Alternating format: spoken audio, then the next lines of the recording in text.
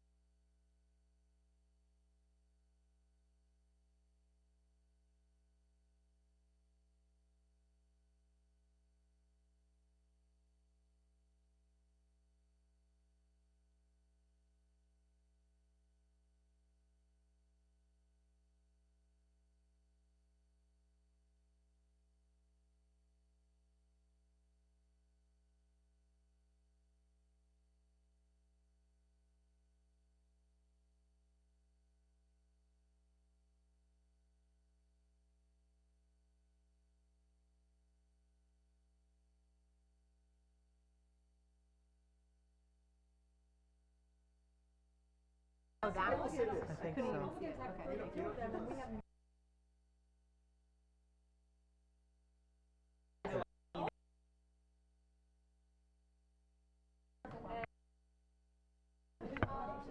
Yeah.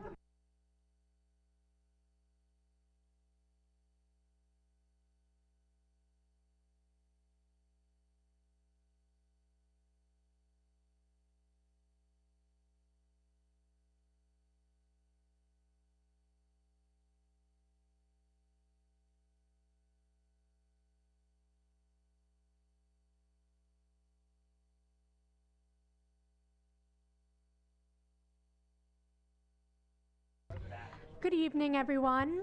We are live in 5, 4, 3, 2, 1.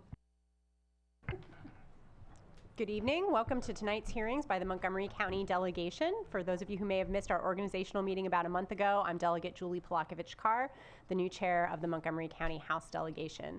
This evening, we're going to be hearing 9 local bills that all have they're state legislation, but all have an impact here in Montgomery County.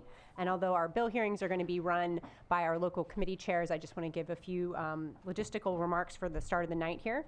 First of all, just a thank you to the members of the public and stakeholders who are participating in tonight's hearings and who provided written testimony on these bills. We very much value your input. And please know that this is just the start of the process. After the hearings this week and next, our local committees will be holding work sessions and voting sessions on all of this legislation before the House delegation ultimately votes on the legislation. And bills that are recommended by our delegation will be going through the full normal legislative process in Annapolis. All of our upcoming meetings will be posted on our delegation website, and for those of you who have subscribed for updates from our delegation, we will be sending out those meeting dates as well for those of you who'd like to stay involved in the process as we go forward. Before I turn things over to our first committee chair, Senator Kramer, would you like to offer any remarks? Good evening and welcome, everyone. Thank you for being here and participating in our democratic process. It's very it's enriching and fulfilling to see people show up to come testify with regard to the legislation, and that's what our government is about. So thank you for being here, and pleasure to be with all of my colleagues in the House and the Senate. So look forward to the bill hearings this evening. Thank you, Senator Kramer. As a reminder to our witnesses, we do have time limits, and there are timers that will be shown, I believe, on the screen over my right shoulder as well as at the back of the room. We ask you to keep an eye on those as you are speaking. For our bill sponsors, you do have unlimited time, but we ask that you be judicious with that. Elected officials who are testifying have 5 minutes, organizational representatives have 3 minutes, and individuals have 2 minutes. First up, we will be starting with the bills for the Economic Development Committee, and that is chaired by Delegate Lily Chee. Thank you, Madam Chair, and good evening again, everyone. Thank you so much for joining us in person. For the first time in 3 years, we get to actually be here in person, which is wonderful. I'm chair of the House Delegation's Economic Development Committee. I want to first welcome our 2 new members, which is Delegate Pam Queen from District 14, She's also my colleague on Economic Matters Committee, as well as my district teammate, Delegate David Frazier Hidalgo from District 15. Welcome to our Economic Development Committee. We have tonight 4 bills in front of our committee. 3 of them are related to alcohol, so we'll get through them first. And then we will tackle the one about special taxing district for Friendship Heights. So Kathy and Amy, please join us. We'll start with MC 423, Montgomery County Alcohol Beverage Services Advisory Board. Kathy, whenever you're ready. Thank you. Good evening, Madam Chair, members of the delegation. It's good to see everybody in person again. My name is Amy Saman. I'm with Montgomery County's Alcohol Beverage Services here on behalf of Montgomery County in support of 4-23. This bill authorizes the Alcohol Beverage Service Director and the Chief of Police to designate another person to serve in their respective places as members of the 8-member Alcohol Beverage Advisory Board. This is a board and commission that's created under state law, and it meets every other month, and they discuss matters at the retail, the wholesale, and the compliance level. So there are instances, of course, where the director cannot make it or the chief of police cannot make it. So to bring it in line with the other commissions in Montgomery County, we'd like to add language to allow for a designee. The county supports this bill. Thank you. Kathy, do you have any comments, or this is it? Okay. Any questions from members of the delegation?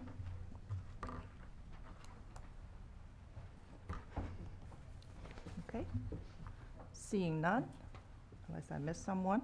Well, thank you. We're going to move on to the next one, MC 523.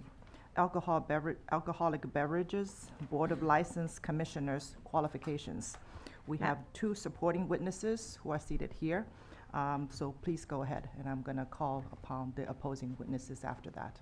Madam Chair, Amy Sman for the record on behalf of Alcohol Beverage Services in Montgomery County in support of MC 523.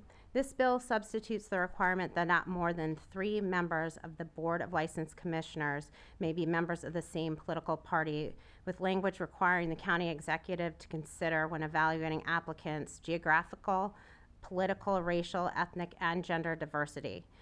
There are 2 jurisdictions in the state that currently have similar language.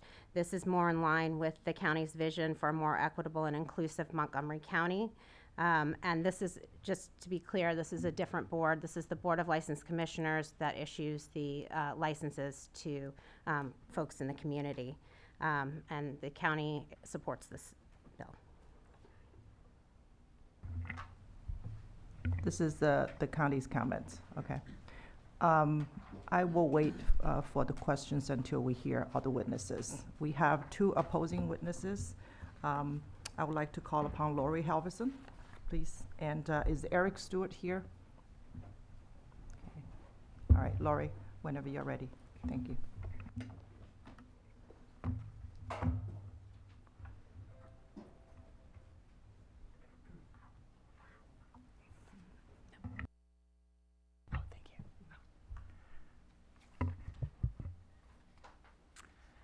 Hello, I'm Lori Halverson, and I'm representing the Montgomery County Federation of Republican Women, and we strongly oppose this bill. Instead, we advocate for no changes to the qualification requirements. I have a special perspective, as I have been serving on the Board of License Commissioners for 5 years. The reasons we oppose: the removal of the political requirement. The bill removes the requirement that no more than 3 members may be from the same political party. The bill says that the county executive shall only consider political affiliation when evaluating the qualifications of a member. Without a political requirement, we are very concerned that Republicans will not be selected, or it will be a rarity for this board. Our county already has 0 Republicans in office, and it appears there are efforts to further reduce Republican voices. Let's look at a commission in Montgomery County where there is no political requirement, the Policing Advisory Commission. It looks to me that there are 0 Republicans on this 15-member commission. I was able to look up the contributions that they gave to to Democrats, and they gave no contributions to Republicans, so I assume they're Democrats. Another example, Baltimore doesn't have a political requirement in their statute for the Board of License Commissioners, and there are currently 0 Republicans on their Board of License Commissioners.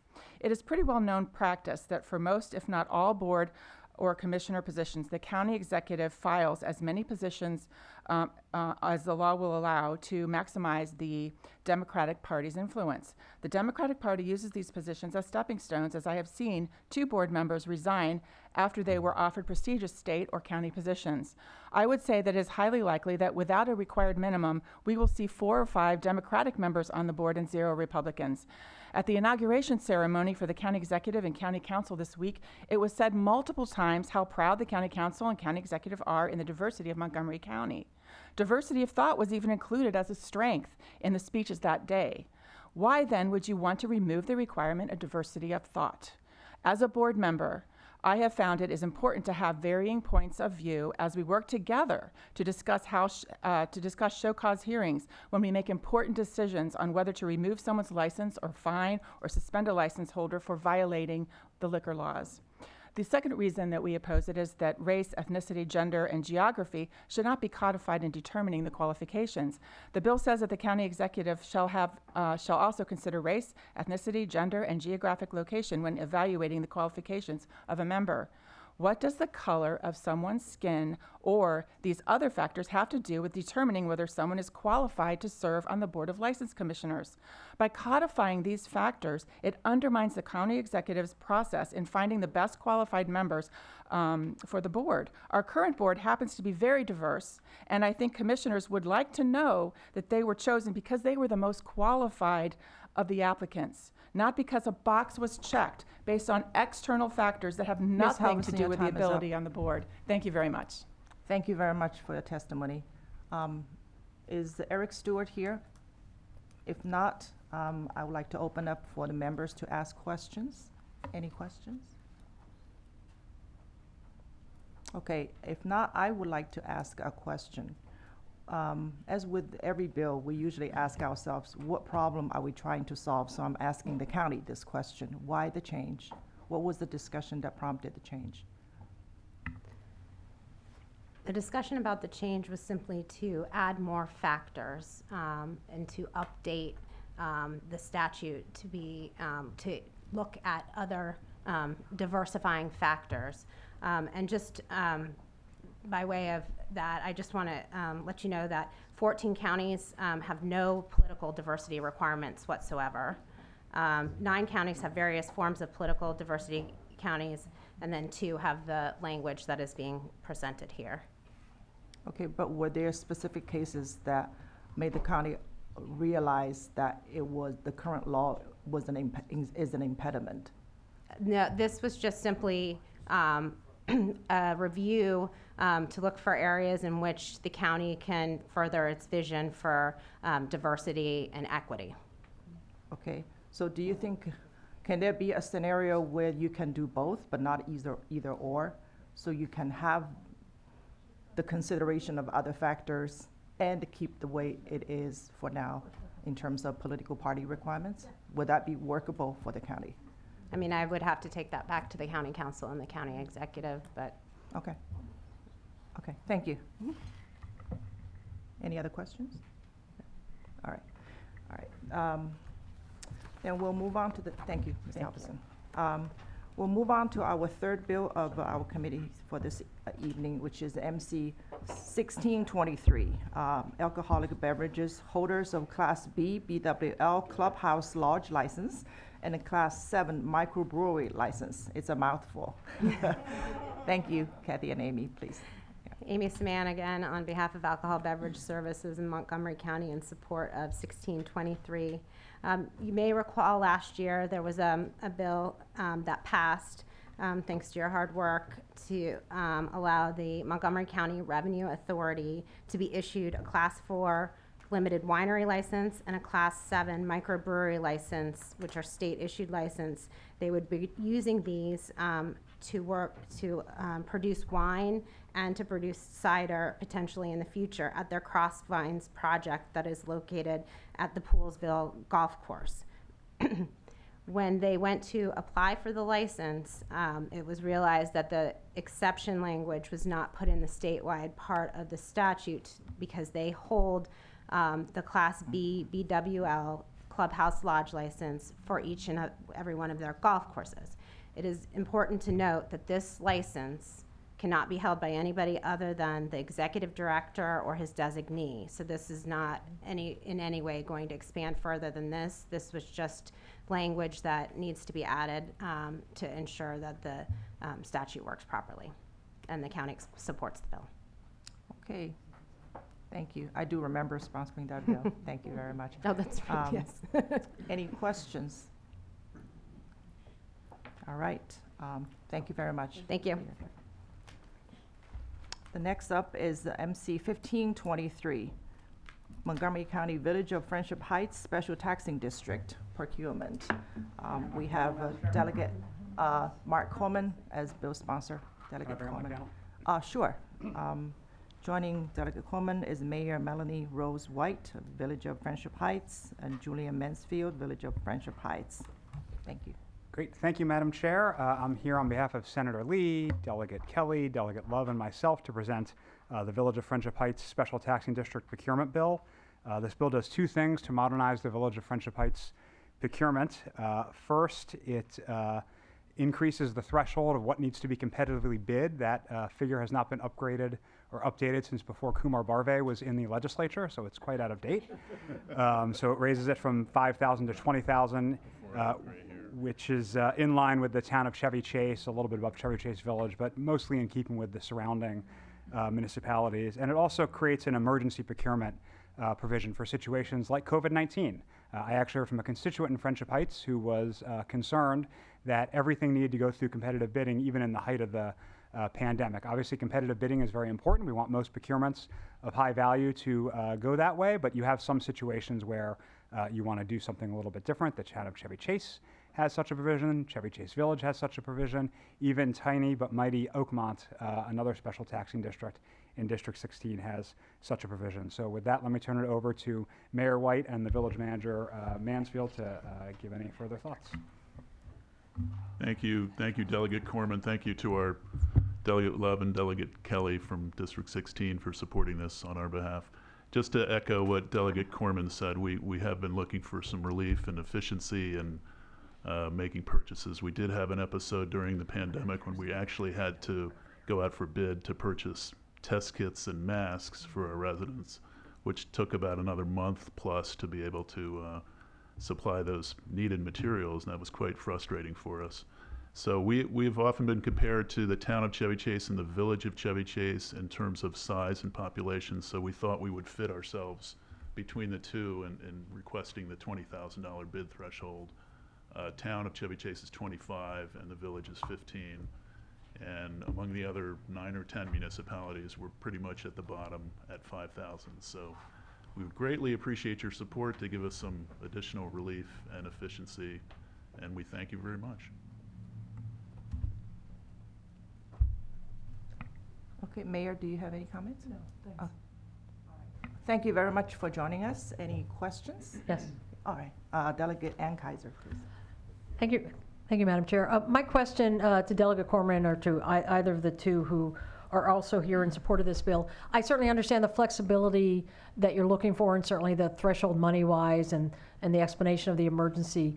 So if there's not the beforehand process of the bidding process, is there something in the bill or some other promise for extensive transparency maybe after the fact so everyone knows about it and the reasons why? Is that something you would be amenable to, Delegate Corman?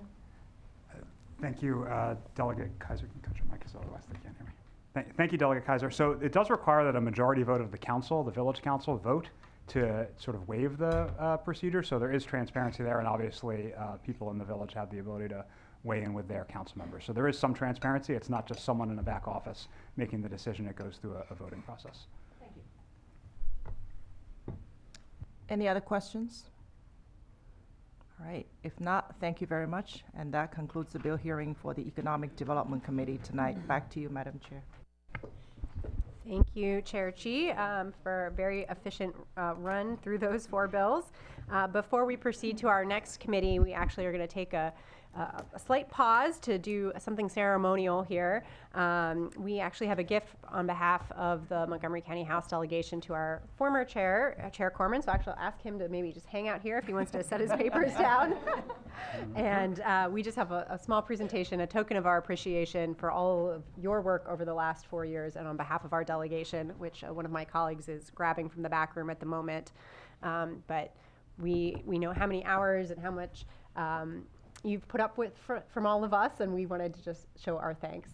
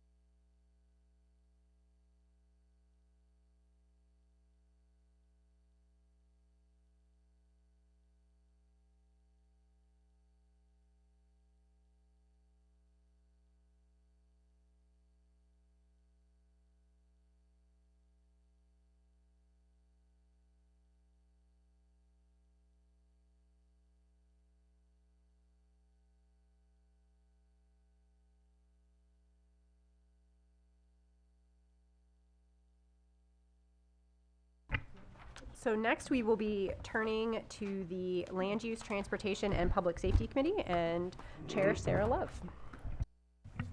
Thank you, Madam Chair. We will start with MC 123, Montgomery County School Bus Monitoring Cameras, Distributions of Fines, sponsored by Delegate David Moon.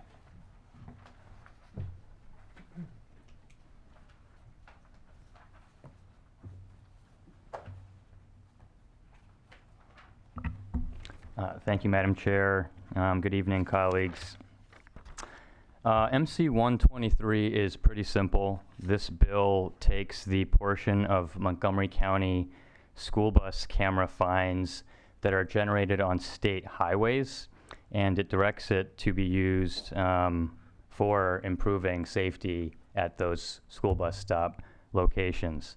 So this, for those who are returning, this is going to be a familiar topic. You might say, didn't we just do a bill last year? And indeed, we did a bill last year, and I'm thrilled that the county collaborated with us on a series of reforms to improve the overall administration of that program. And I will tell you, I at this point in time lack faith in that program. If you look in your packet, actually I guess it's a virtual packet now, you'll see that the Joint Audit Committee of the Assembly discuss some of the oversight flaws with this, and the fact that the vendor's a criminal corporation. But that's neither here nor there, because what I'll say is that whole process is playing out. It's going to take some time, but I've seized on a very specific problem. We have allowed the county to do law enforcement on state highways and to pocket the revenue from that. But the county has no ability to do engineering changes on state highways that might make those problems less. I asked for data on what's going on some of these roads, and you've seen them. There's escalating numbers of infractions, thousands on state highways in my district. So if we don't do something different, and I think engineering changes are going to yield the best safety results. There's a study from New York where they just looked at a range of reforms they could do and found that constructing pedestrian islands and hard medians had the biggest safety impact. And that stuff costs money. So that's what this bill is about. The county doesn't like it because obviously right now that money goes into the county general fund. Doesn't have to be earmarked for something specific like this, but come on, it just doesn't make sense why we would leave these dangerous conditions that are getting worse by the data without doing anything. So There's more data about what some of the stops are, some of the stops generating a lot of infractions.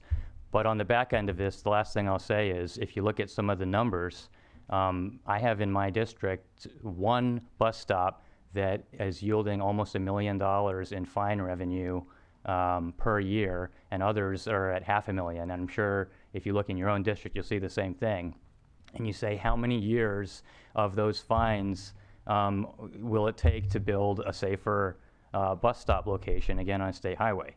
We can't even have that conversation because the county and the people doing this enforcement and taking the money do not have the power to make engineering changes on state highways. Hopefully that's crystal clear. So I'm happy to entertain any questions or objections from those that follow. Thank you, Delegate Moon. Okay, Delegate Resnick, I understand you have a question? I do. There we go. Delegate Moon, a quick question on this. So school bus routes are often determined based on where the student population is, and a lot of times those routes might change from year to year because people move and more density in terms of the number of students versus less in a particular neighborhood. So how would we make improvements if at a particular location when that location a year or two from now might not even be in use for those bus stops? Fair question. And I would just say simply that some of these changes are going to be permanent changes that are for the safety of all pedestrians, whether or not there's a school bus there or not. And if you look at the types of treatments that were looked at in that New York City report, for example, they talk about the ancillary benefit of protected bike lanes on pedestrian safety and auto safety and other things that have nothing to do with a protected bike lane specifically. And I think you'll see some effect. But again, I can't predict exactly what treatments this funding will be used to create. I just give an example of the median. Medians are specified in state law as the thing that makes a school bus stop safe for the kids. You don't get a $250 ticket for passing a school bus stop on the opposite side if there is a median. That is the law we all agreed to. And you do get one if there isn't a median.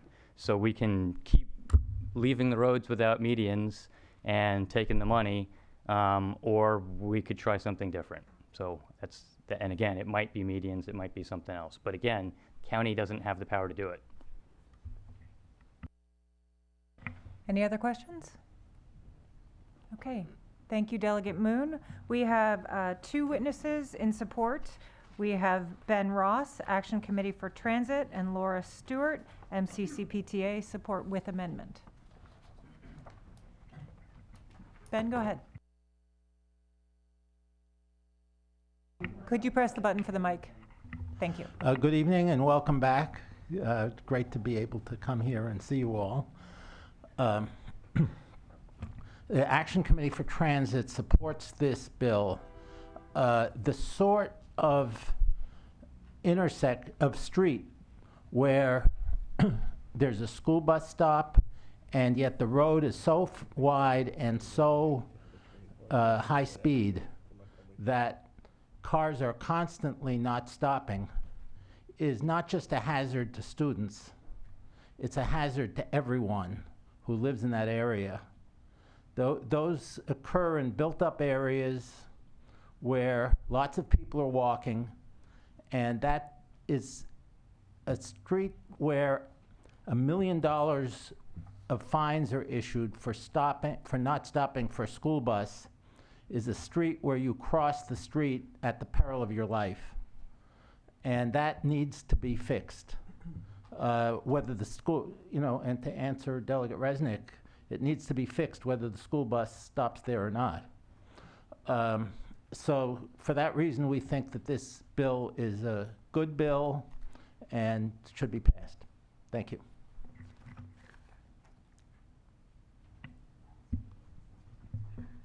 Good evening, House Delegation and the Senate Delegation. Thank you for being here tonight. It's nice to be here.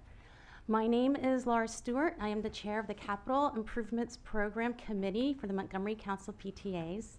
We have a subcommittee that focuses on safe routes to school.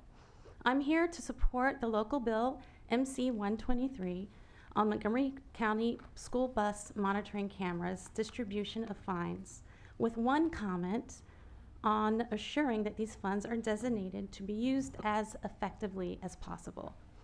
Since state roads tend to have more multi-lanes and higher speed limits, these also tend to be more dangerous bus stops for students. We would like to have these stops reevaluated for safety with possible relocations. Logically, it makes sense that the areas that generate the most bus camera tickets should be targeted for improvements. We ask that data, along with assessment, be used to prioritize the funds that would be designated for state roads, as designated in this bill. We would be dismayed if the funds were held up for several particular areas when the money could be spent more efficiently by using data to target the most dangerous roads first. As they say, the devil is in the details. We are strong believers in Vision Zero because no child should risk their lives getting to school. The tragic injury by car of a student on Montrose Road is an example of the failure to prioritize the safety of our children.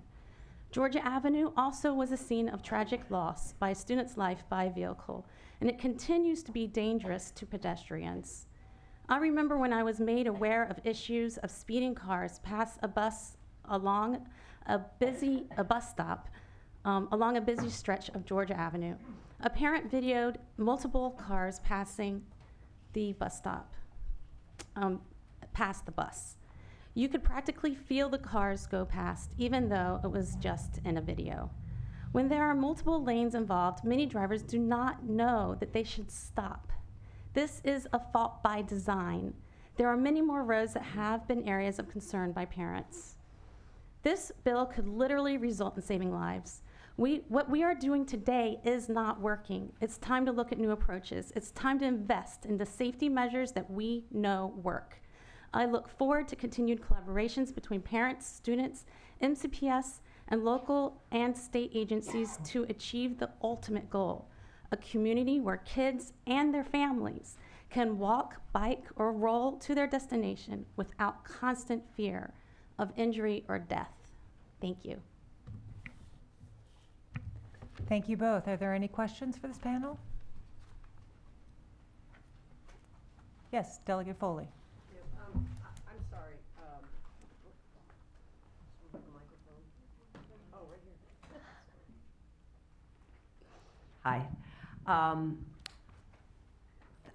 My question is for Ms. Stewart. I didn't hear in your testimony, and maybe I just missed it. Yep. What is the amendment that you're proposing? Well, it was just a little unclear when I talked to fellow committee members. The way it's written is how would that money be used for each area? So we wouldn't want to have like 5 areas of increased bus tickets, yet have to wait for a while for each particular area to build up those funds in order to fix those areas. So then you might wait maybe 3 years in order to build up the amount of funds that you would need, whereas there might be one that's obviously the most dangerous and you could put those funds into that area. So it wasn't totally clear, so I don't know if it's just, like I say, maybe it's in the regulation or if there could be something in the bill saying that it's not one particular, just where the bus ticket is.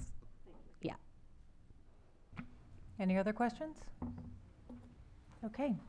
Thank you very much. That concludes the hearing for MC 1-23. We'll now move to MCPG 10623, Montgomery County off-street parking requirements near mass transit stations, requested by Delegate Moon. Thank you, Madam Chair. And thank you again, colleagues. This bill is pretty simple. Again, it simply says that the county should not have parking requirements for new housing that is within a quarter mile of a metro or light rail station.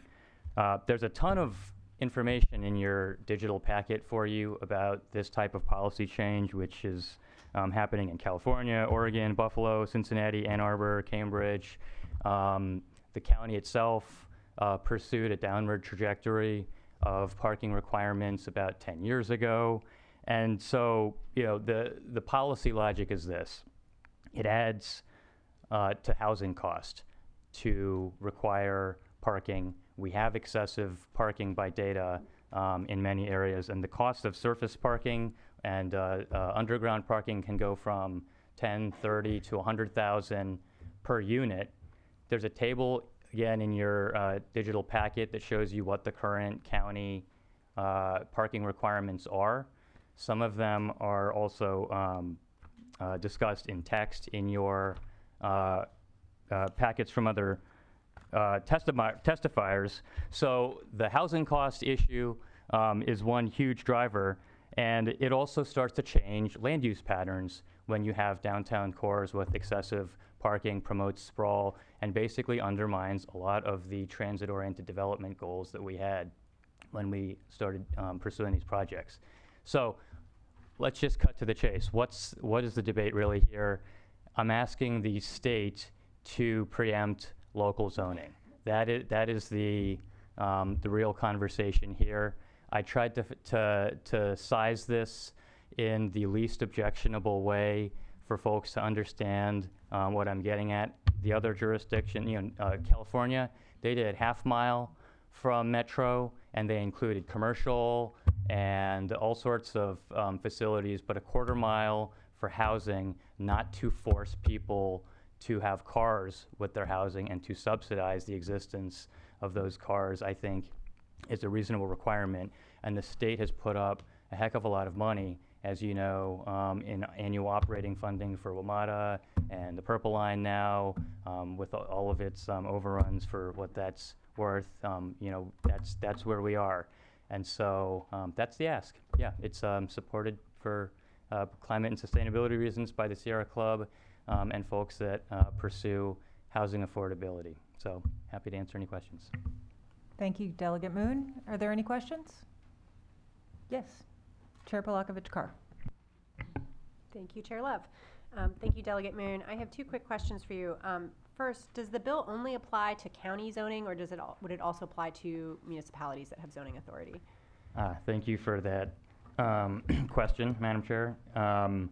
I may not have submitted for the packet, and I apologize. There is an amendment or two that's supposed to come with this, and it does, in fact, it tries to look, this is, if this thing starts moving, it's going to be, we're going to have to talk about some details, but it does try and clarify that this would be zoning for county and municipal governments in Montgomery County not to partake in these actions. There's a second amendment, which is a little bit more substantive, but it's a related topic, and it's not to allow required bundling of parking. In other words, for those parking that does exist, you can't force people to buy the parking spot with their housing. And so if you can put these concepts in your head, you can start to see what the conversation I'm trying to trigger here about the relationship between these parking requirements and housing costs. And again, please dig into your packets. You'll see a whole lot more justification from people a lot smarter than me about why you want to do this. And it gets into how viable a housing project may be, how many units they can bring online. My dad's 78. We just sold his car. There's all sorts of housing types and needs near transit. And again, other jurisdictions are moving down this path, and I've chosen a path half the size of those other jurisdictions. So. And second question for you, just because this is a bill that has generated some conversations in the community, I just want to let you clarify something for the record. Does the bill prohibit the construction of parking within a quarter mile of transit stations? No, absolutely not. And in fact, I assume people are going to continue to construct parking. It just simply can't require you, I mean, especially when you're requiring multiple parking spots, which is what some residences in Montgomery County are required to have, no matter how close to a major transit station they are. So no, I believe that the market will dictate that there will be people who want parking with their housing, but we will discover that requiring it is actually not necessary, and in fact, in many ways, it's counterproductive because, and again, take a look at the data. That cost gets passed on to renters, condo owners who don't have a car but were forced to take a deeded parking spot with their unit. There's all sorts of downstream effects that this has. If you look at parking utilization in Montgomery County, it's not good. Classic example from the area too, Columbia Heights, the Target development there, built with old models about how much parking was needed, and the debt service on the parking is huge. And they were trying to figure out, can we stick a bowling alley or something down there to stop the bleed on those costs? And lenders, frankly, can also decline to finance a project if they think it's being proposed with an absurd level of parking for the type of demand, housing demand that would be created. Yes, Delegate Kaufman. I'll be very.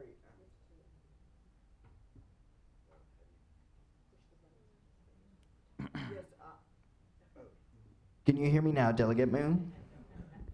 Okay, I'll be very brief because I know the hour is getting late. But I did want to note, I wanted to see that the county executive's office is opposed to your legislation, as I understand. And I guess my question is, because I'm trying to understand both sides, tell me why you think they're wrong. So I have numerous examples, I guess, also sprinkled throughout your packet of where other states have superseded local zoning. You'll see, they've done it on inclusionary zoning to try and squeeze more affordable housing. Again, the concept is this: the state puts down billions of dollars for projects over a span of time and says, you know what? It's not going to be anything goes with what the localities decide to do, ban ban this type of housing or whatever. If the state had a very clear policy goal, and I guess that's what you've got to that's the first question you've got to wrap your head around, is whether you agree with me that it's appropriate for the state to step into that territory here. I mean, that appears to be the heart of the county executive's objection, is on its face a sort of, hey, isn't local zoning our thing? But again, the Smart Growth Act and inclusionary zoning and other places, you have tons of examples where this has happened. I know some of our other colleagues have also contemplated or recently brought legislation taking a look at where it's appropriate for the state to put guardrails on what localities do. So again, other states are beginning to speak much louder than us. I wish I had the courage to just run right for a statewide bill, but Maryland is not California, as we know, and so it seemed prudent to have a small conversation among family before we take this thing on the road. Yes, Thank you, Corman. Delegate. I yield back, Madam Chair. Thank you. Delegate Corman. Thank you, Madam Chair. So, Delegate Moon, are there any other core functions of local government you can think of? Like half the county's budget? Education. Okay, and so when we send money down for education, even though that's a core local function, we still put restrictions on that money and guidelines? That sounds like an interesting precedent you're raising. Great, thank you. Thank you, Madam Chair. Thank you, Delegate Moon. Yes, Delegate Wilkins. Thank you, Madam Chair, and thank you, Delegate Moon, for bringing this bill. I just have a question about your amendment to the bill related to these sort of forced parking spots. And I just wanted to ask you to expand on that. I'm not super familiar. Is this something that impacts renters? You mentioned condos. Is it mainly a condo issue? There are homes located that might fall into this, so I was just curious about the impact. And if we are talking about condos, and I know there are wonderful advocates who are going to be speaking so they could address this, is there any thought given around if a parking spot is included in the cost when we're talking about home ownership and condos, impacts around condo associations and price adjustments and things like that? I'm just curious about that. I was warned that by advocates late in the game that that trying to tack a bundled parking policy change onto this might create two very layered conversations. But I wanted to just introduce it because it's another piece, I think, of how these local rules interact. Now, you are onto something, and I don't want to tease the conversation too much, other than to say, number one, we're talking about new construction and new housing at this point, and so we're not messing with whatever they already did at someone's condo. But going forward, it actually is a way for condo boards to generate revenue to pay for their maintenance. Again, you've probably got folks with unused parking in your condo that were forced to take it. Now, there's just some percent of the supply of parking in a building that's just going to be underutilized if you force every single person to take the legally required number of parking units with it. It's built into the cost of their rent, essentially. And so if there, again, I don't want to get too much into the weeds here, but if there were common ownership of the parking lot as, from the board, you could imagine, and there are in effect different ways that people handle this to create the maximum financial benefits for all the people. There's some economic wastage that's forced on when we just have every housing unit is presumed to need a car in this county, no matter where in the county it is or what the type of person that's anticipated to live there is. And again, so yes, we can just stop furthering the problem by not putting these requirements, not allowing these requirements to happen in law in the first instance. But again, where parking is going to happen because it's not banned, we might want to also start having people really take a fresh look at how this parking is actually distributed. More efficient distribution of existing parking resources, essentially. Any further questions? Okay. Thank you, Delegate Moon. We have a number of witnesses who have signed up to testify. We have Dan Reed from Greater Washington, Carrie Kasicki from Coalition for Smarter Growth, Ben Ross, Action Committee for Transit, Shruti Bhatnagar, Sierra Club, Montgomery County, Jane Lyons Rader, individual, Mike English, also an individual.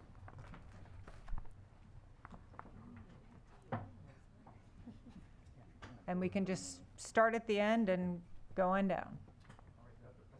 Yes, you do. Check that out. Okay, can you hear me? All right. Good evening. My name is Dan Reed, and I serve as the Regional Policy Director for Greater Washington, or a nonprofit that works to advance racial and economic and environmental justice and land use, transportation, and housing throughout the D.C. area. I've also worked for a decade as a transportation planner, including on parking studies right here in Montgomery County, and we support Bill MCPG 10623 as it'll uphold both our county and our state's housing, transportation, and climate goals. The premise, as Delegate Moon explained, is simple. It says the county cannot require off-street parking for residential developments within about a 5-minute walk of our 22 Metro and Purple Line stations. It doesn't ban parking. It doesn't preclude the county zoning authority. It just makes it easier for us to provide something we need more of, houses, in places where we really need it, places near transit where people can choose to get around without a car.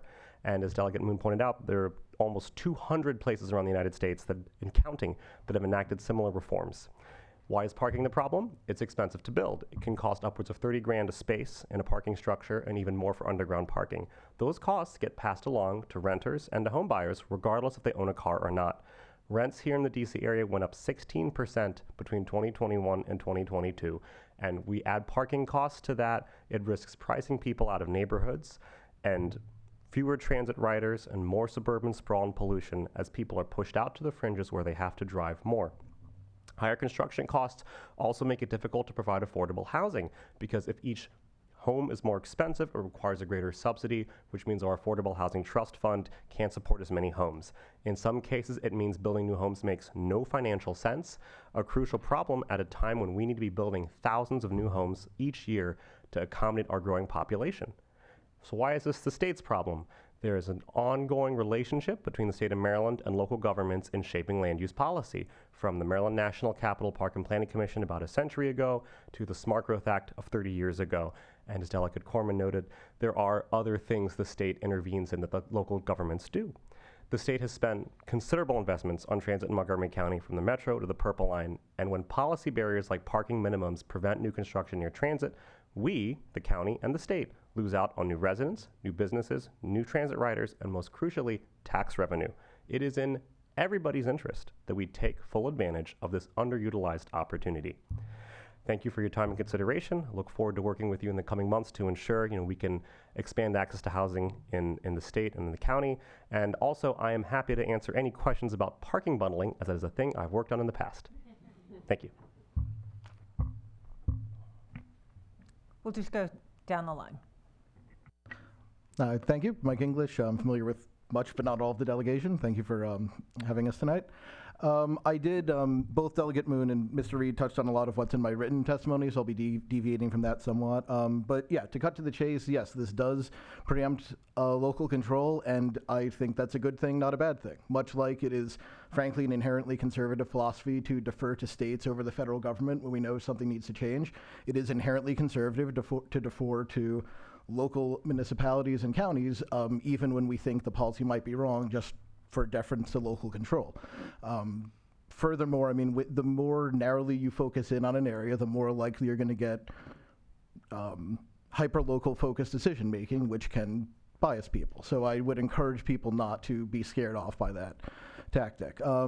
Speaking more broadly in Silver Spring, I do not know a lot about parking bundling. I do know that I actually live in a condo building that does not have any parking. I don't exactly know how that came about because it was built before I moved to the area. But it is not a coincidence that it's cheaper than other buildings nearby. It works fine. There are people like me who don't have a car and don't need the parking. There are people that rent out parking from other buildings. It works just fine. I will also point out that Delegate Moon hinted at this. We would not be the first ones to do this. Dan also referred to the fact that in California, they found it was adding tens of thousands of dollars per unit to construct parking. And we have an affordable housing crisis. We have a housing crisis in general. We need to do everything we can to make housing more affordable to build. This is just the start. Setbacks are another thing. We have a long way to go. But this is a pretty modest ask. And the only reason I can think of to not do it is to be afraid to step on the county's toes, and we can't let that stop us. Thank you. All right, good evening. My name is Jane Lyons-Rader, and I'm a resident in District 20. I'm speaking tonight in support of getting rid of minimum parking requirements within a quarter mile of a Purple Line or Metro Rail station. I believe this is incredibly important for our climate, with many other benefits to our community as well. Importantly, this bill would not ban parking, as has been said. These minimums are the county requiring parking rather than just letting the market decide what is needed. And this is true even in places like Long Branch, downtown Silver Spring, and East Silver Spring, where over 30% of residents don't own a car at all. And then they have those parking costs imposed on them through higher rents. Parking minimums cause these inefficiencies, as well as an oversupply of parking and more expensive housing. Furthermore, when our public policy encourages an oversupply of parking, we invite not just more cars, but more traffic and more greenhouse gas emissions. This is especially alarming public policy in transit-rich areas, where we hope to be encouraging instead walking, biking, and using mass transit and the massive public investments in things like the Purple Line and in Metro. So as a resident, I don't particularly care who is making climate policy as long as it's happening and that climate action is being taken. It's within the state's power to do, and it's the right thing to do, so you should do it. Montgomery County is welcome to go even further, and I certainly hope that they will. But as has been discussed, states have done this before, and I don't want to see Maryland fall behind the curb. So I encourage you to support this legislation in the name of our climate, housing affordability, and more livable neighborhoods. Thank you.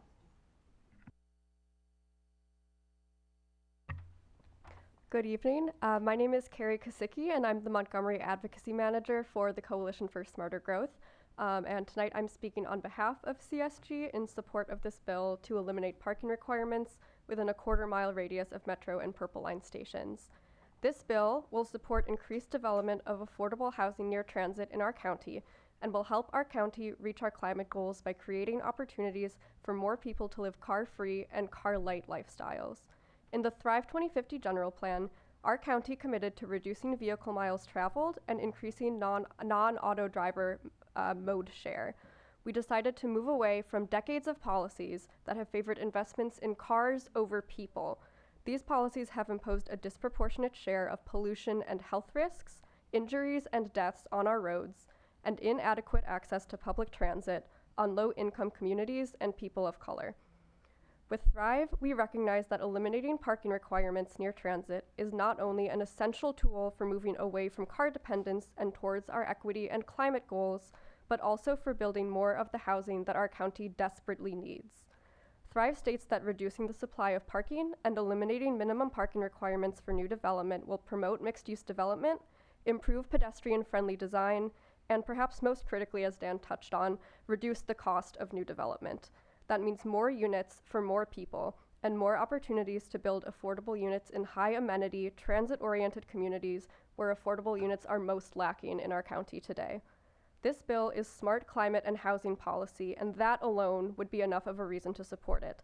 But even more, it's an opportunity to advance the housing, climate, and equity goals that we have already set for ourselves in Montgomery County with Thrive and with our other plans for climate action. Over and over again, I have heard from community members in my past role with Action in Montgomery, from fellow advocates, and from members of the County Council that we need more affordable housing, and especially affordable housing near transit, and we need it now. And we cannot afford to keep making excuses about why this is not the right time or why this bill, which is exactly in line with the plans we have already passed for our county, is not the right bill from the right body to start moving forward. This bill is our chance to move forward now and meet the urgency of the climate crisis and housing crisis with the action that we know these issues deserve. For this reason, CSG asks that the delegation support this bill and take this step towards building the transit-oriented affordable housing that our county needs. Thank you.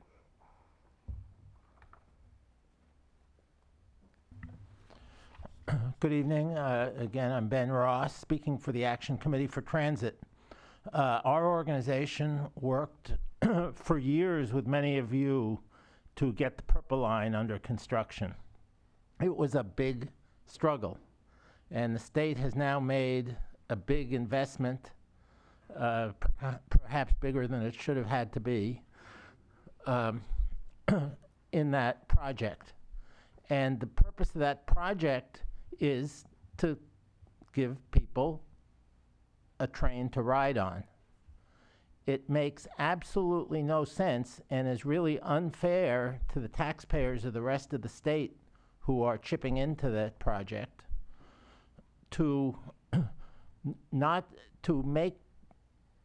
undercut its effectiveness by forcing people who don't have cars and want to live where they can get around easily next to the Purple Line to pay for a parking space that they don't use, or subsidize a parking space next to the Purple Line for someone who won't use the Purple Line.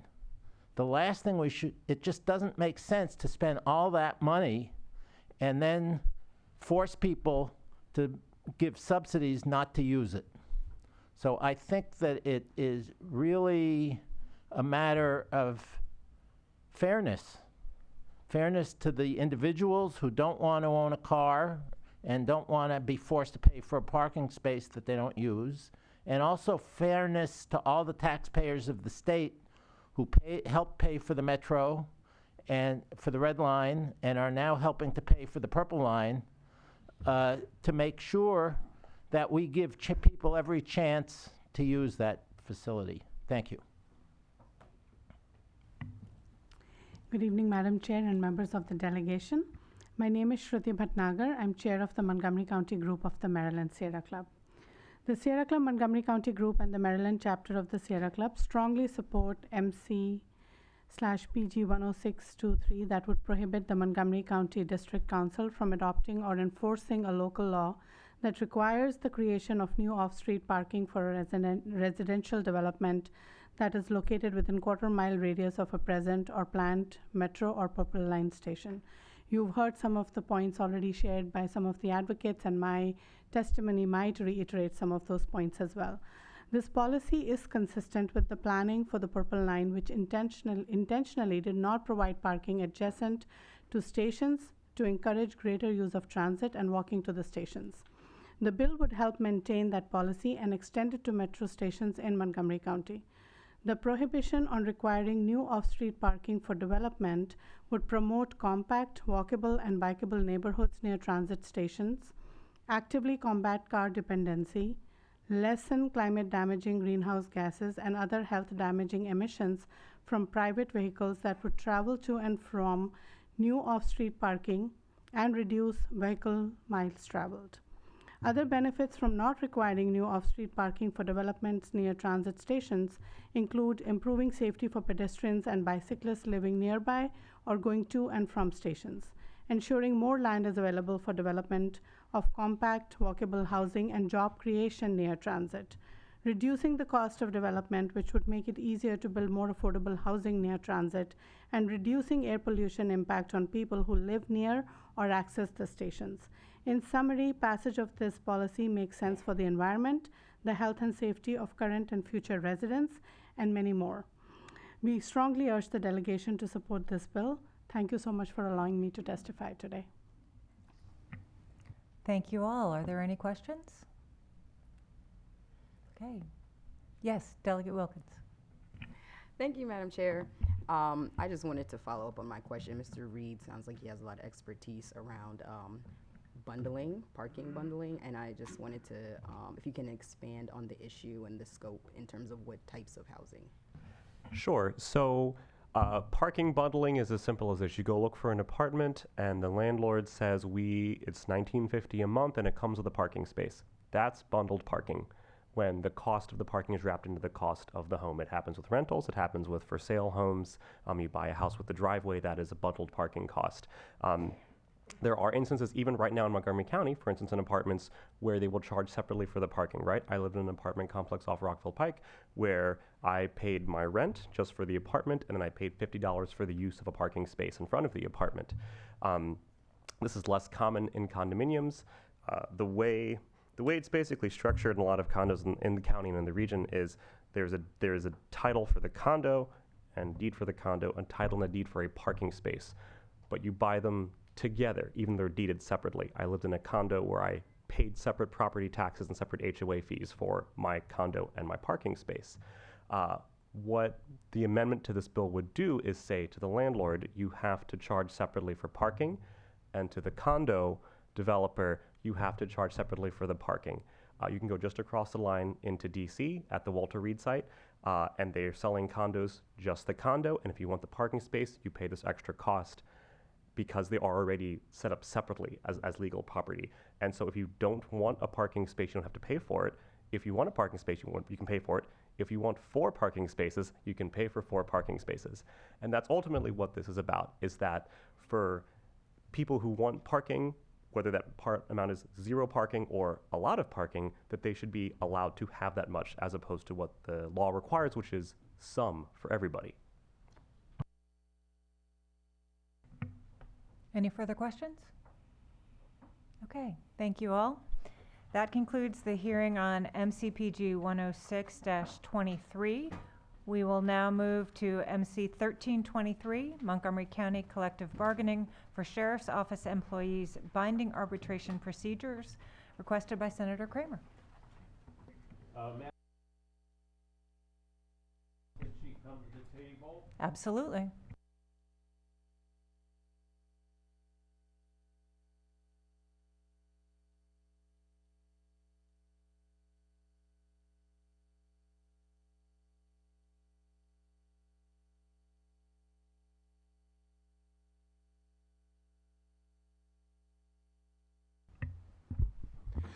Good evening, colleagues.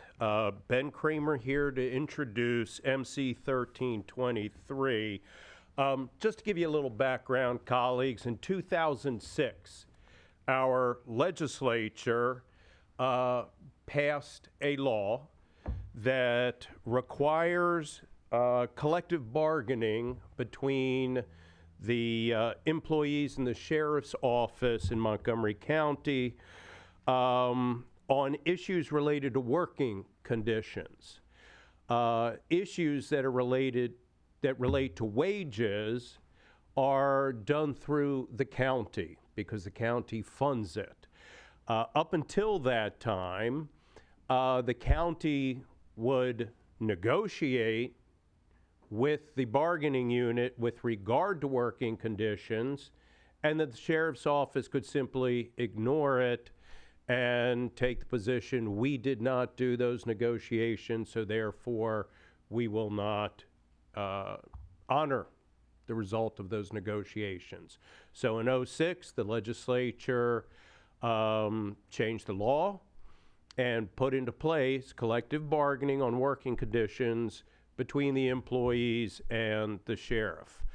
I'm confident you all know that collective bargaining really doesn't exist without binding arbitration. You can bargain, and then if you hit an impasse, that's where it ends. So, once again, without binding arbitration, there really is no collective bargaining. Now, we, as a delegation, have put binding arbitration standards in place for the bargaining unit and park and planning, the bargaining unit and HOC, and what the bill before you does is accomplish that same goal. Binding arbitration so that collective bargaining actually means something. And again, this relates to working conditions. I'll be back next week when we meet 1 week from tonight to focus a little bit more on the park and planning and HOC binding arbitration legislation that we have passed. But the goal here is to bring that opportunity to have binding arbitration with regard to working conditions in the sheriff's office. I have great respect for our brand new, newly elected sheriff. I'm looking forward to having a great working relationship with the sheriff. And I'm hoping at the end of the day, the sheriff will see fit to support our effort here.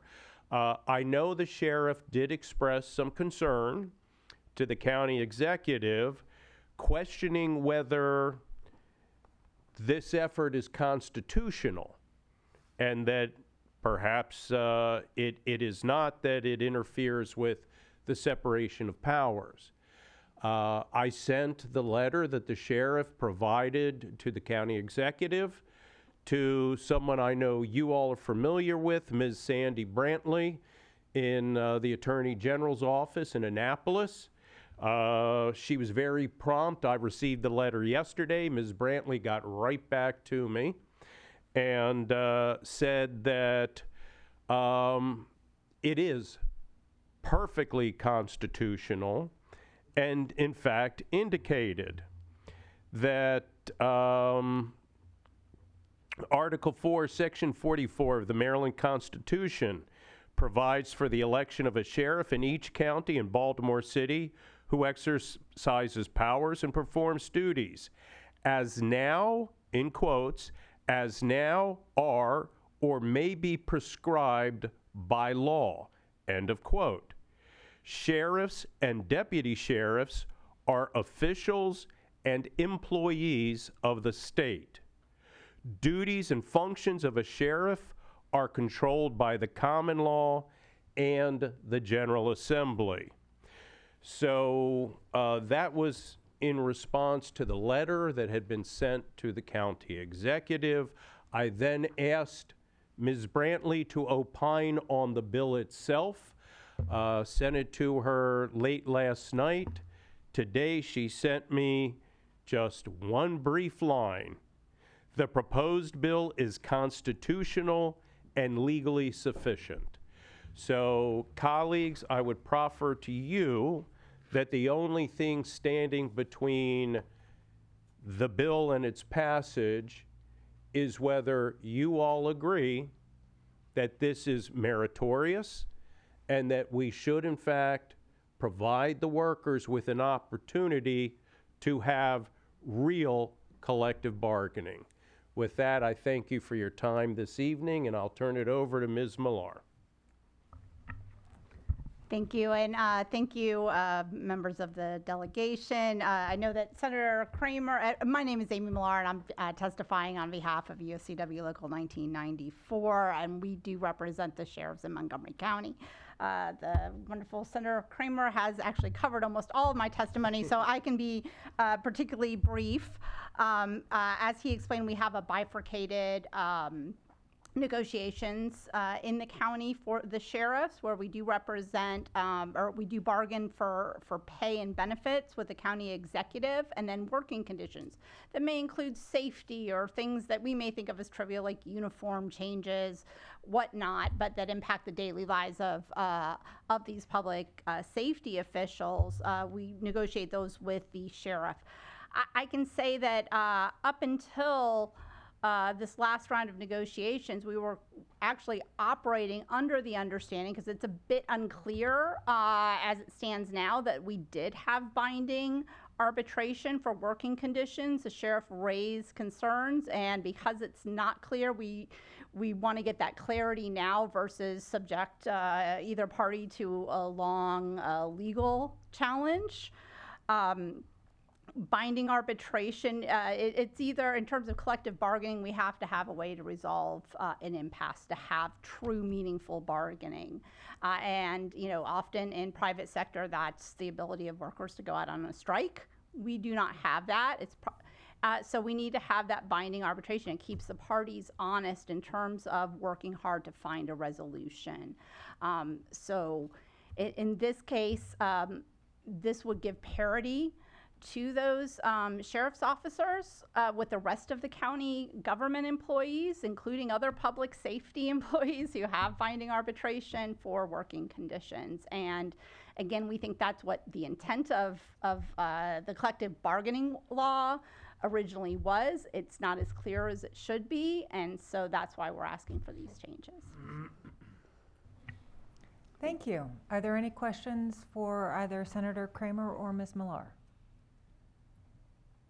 Yes, Chair Polakovich-Carr. Thank you, Chair Love. When the county council discussed this legislation, I believe the county attorney put forward a different drafting approach for this legislation. I don't know if either of you have seen that, but basically suggested adding out-of-cycle negotiations to the existing in-cycle negotiations protections. Have either of you seen that language yet, or able to comment on your thoughts on that? I think, and stop me if I'm wrong, that relates to the two bills that I will be bringing to the delegation next week with regard to binding arbitration, in cycle and out of cycle. That will be, as I prefaced my comments this evening, with regard to the HOC and park and planning. So I think that'll be the topic for next week. My apologies. Certainly. Are there any other questions? All right, seeing none, that concludes the hearing for MC 1323. All right, thank you. Senator Kramer, get comfortable. Thank we you, now ma'am. move to MC 823, Montgomery County Speed Monitoring Systems, Maryland Route 200 Intercounty Connector, requested by Senator Kramer. Thank you, Madam Chair. Again, good evening, colleagues. Ben Kramer introducing MC 823 in partnership with my District 19 House colleagues, Delegates Cullison, Stewart, Crutchfield, and I don't want to speak out of school, but I think we're working in tandem with our District 14 team as well.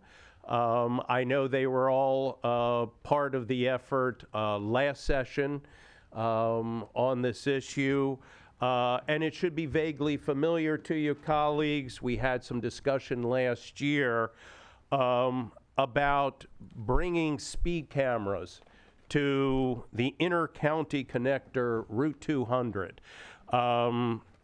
The ICC goes from one end to the other end in our legislative district in 19.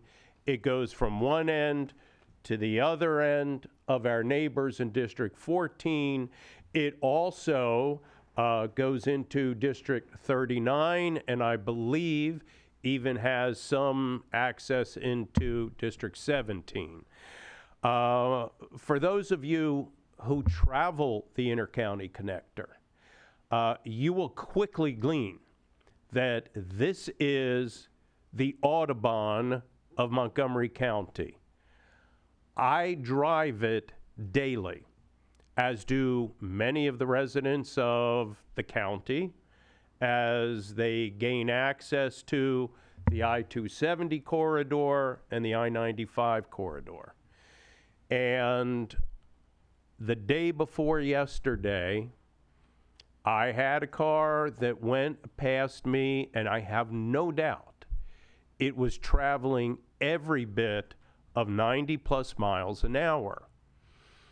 There was a time when the ICC was very heavily policed.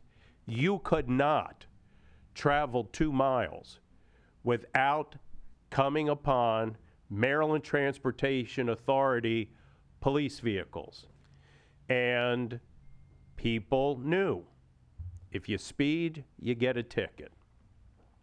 During the course of the current administration, as we have seen across all state agencies, they have been starved for resources. The Maryland Transportation Authority is no different. Personnel positions have been left vacant. This administration has left them without the resources to be able to do in-person patrolling on the inter-county connector, and as a consequence, enforcement has just become few and far between. We have an opportunity to utilize technology to bring those speeds down. And I will share with you that, yes, this is a public safety issue. A car traveling at 80 or 90 miles an hour that wrecks is going to be far more severe than a vehicle traveling in the 50 to 60 mile an hour range. It is also an issue of quality of life for the residents who live along the inter-county connector right-of-way. It was a very controversial roadway when it was built because the county had allowed the development to occur along that master planned right-of-way for decades. We didn't have the infrastructure, but the housing went up. All of a sudden, literally thousands of people now had their yards backing up to a high-speed highway. The sound barriers that were built along the inter-county connector to mitigate the volume of noise from the cars is predicated upon cars traveling at a prescribed speed. That speed is not 70, 80, 90 miles an hour. With every 5 miles per hour increase in speed, the volume of noise goes up dramatically. So our goal in District 19 is to support the residents of our legislative district that have sent us to Annapolis to represent them. And I hope that all of you understand and appreciate the importance of that and will support us in our effort to improve the lives of our constituents. The bill last year that was introduced provided for a speed camera at between every single exit along the inter-county connector. For many of you, that was a bridge too far. This year's bill provides that there will be a total along this near 17-mile stretch of highway of only 4 cameras, of which at any given time, only 2 will actually be functioning. The other 2 will not. The people on the road will not know which of the 4 cameras may or may not be functioning. So we accomplish the goal of slowing speed down, as people will not know, and I see I'm getting a look from my good friend Delegate Resnick over here, questioning the logic. And I will explain that the logic, Delegate Resnick, is there was a lot of concern having more than 2 cameras. That was expressed last year. Having more than 2 cameras on the entirety of the ICC.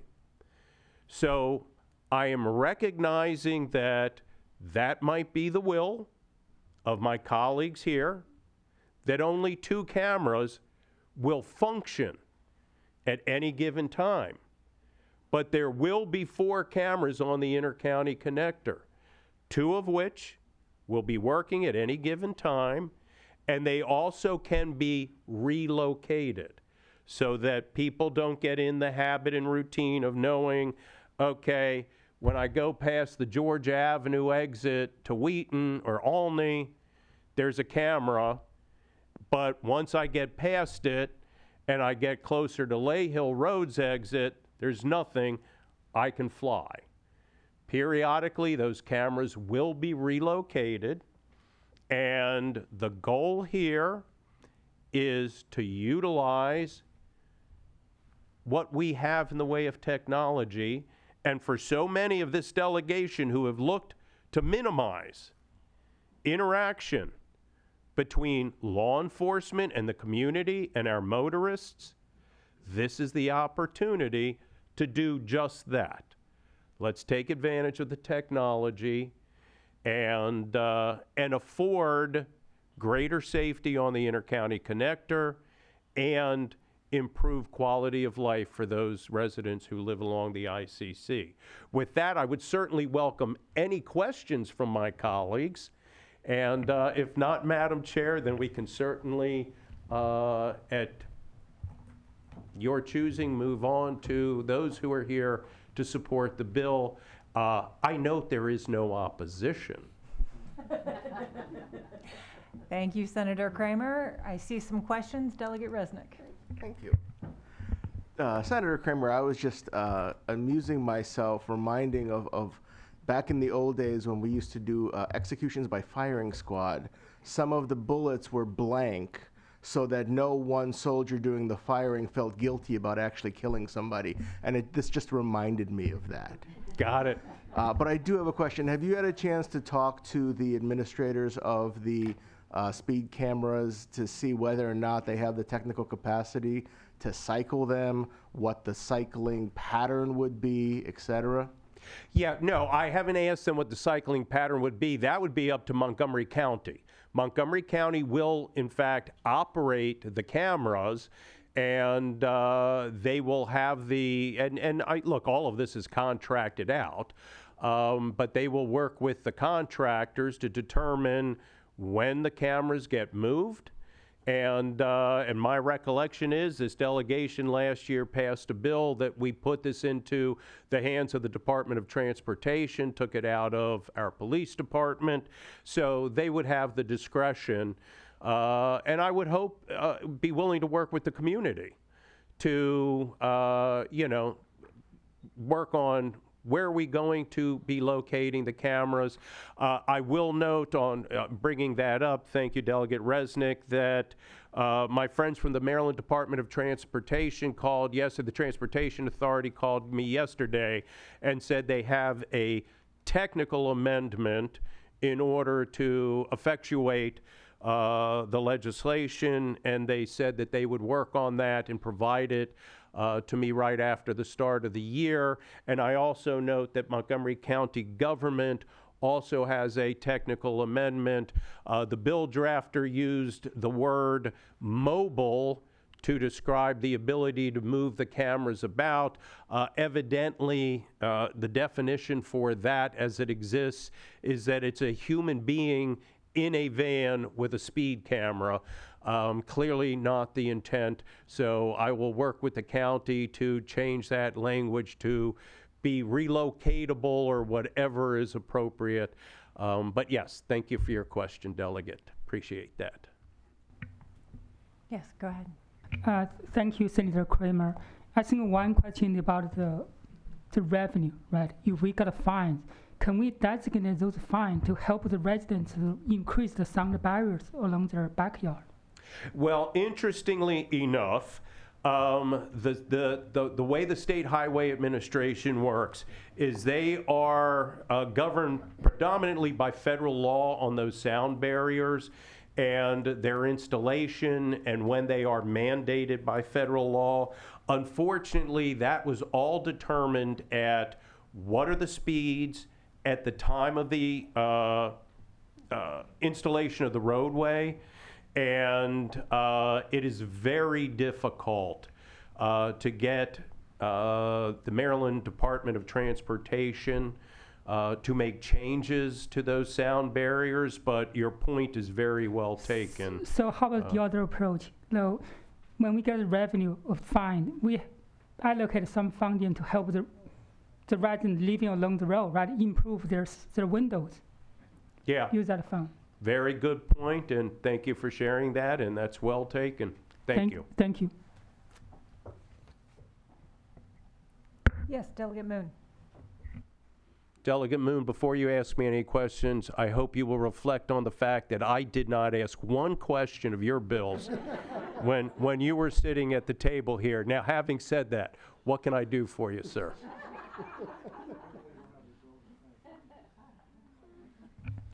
Harry, I apologize. I should have thought about reciprocity from the jump, but here we are. Here we are. No, this is pretty simple question, and I might have missed it in the bill text, but I'm curious what fine amount is anticipated in how this goes forward, and what appeal process is anticipated. And let me invoke our former colleague, Al Carr here, who used to ask questions about what the rationale was behind fine amounts. And he'd point, oh, in Ohio, they have deterrence with only a $20 fine, and here in Maryland, it's $250. And I do have to say, I have more pause the higher the fine amounts lead to the possibility of someone missing a rent payment or whatever. And then on the appeal process, the ICC is the source of a giant clogjam in district courts because the toll violation appeals need to be appealed to district court. And maybe someone explained this to me long ago, and I'm an idiot and forgot what the reason for that is. But if there's at any way possible to avoid that for how this gets set up, it would be appreciated. I've always found that an unusual system. The judges came in and asked for millions of dollars to deal with the docket. And when you looked at where the volume of cases was coming from, it was all these darn ICC appeals. So curious if you've gone that far down the policy road. Well, being a law-abiding citizen, Delegate Moon, I believe, but I don't know definitively, that it's a $40 fine, speed camera violations, and this does not do anything to change either the fine or the appeals process that currently exists in place within the district court. I can't opine on the violations with the tolls. I know there has been some controversy that rears its head from time to time, especially with the late fees. But this does not change anything that currently exists. Any further questions for the sponsor?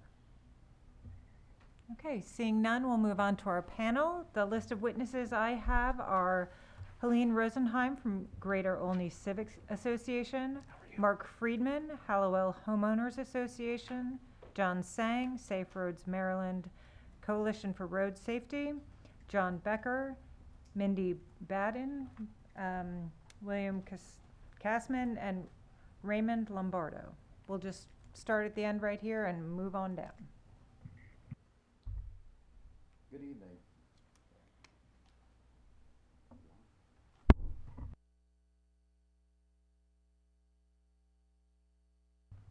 There we go. Thank you. Good evening to representatives from the Maryland House of Delegates and other interested parties.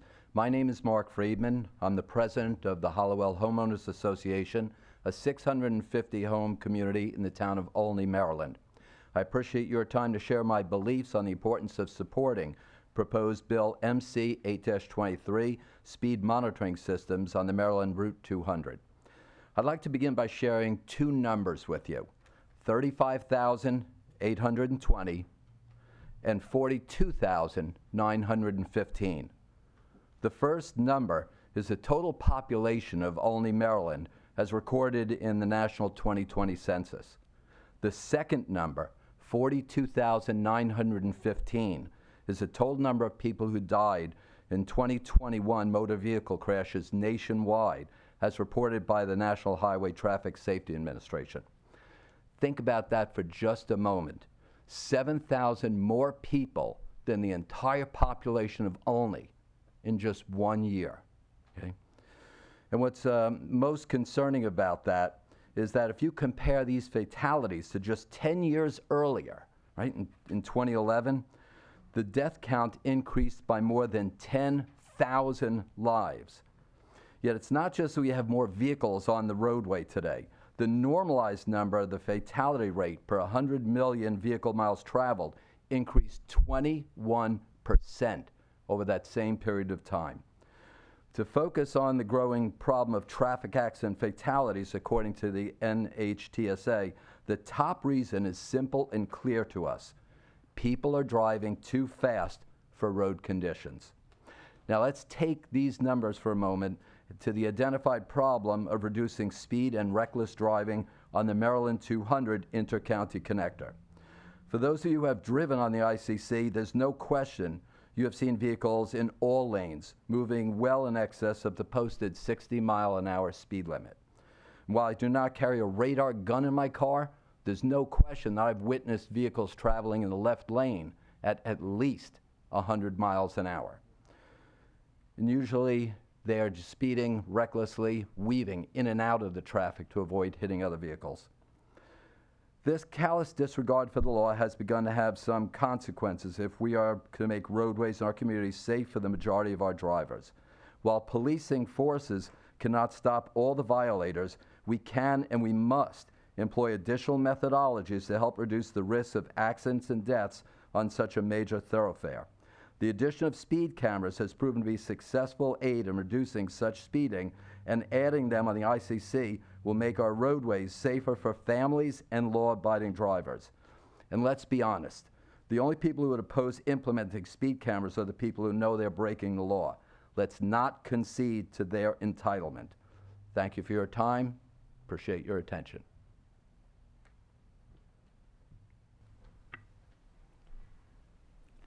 Good evening, members of the delegation. I'm Helene Rosenheim, president of the Greater Olney Civic Association, an umbrella association representing over 30 citizen and homeowners associations in the Greater Olney area, and I'm speaking in support of MC 823. Our association has played a significant role in shaping the growth of the Olney community, particularly since the passage of the 1980 master plan. And concern with transportation issues and traffic congestion and safety are not new to our organization.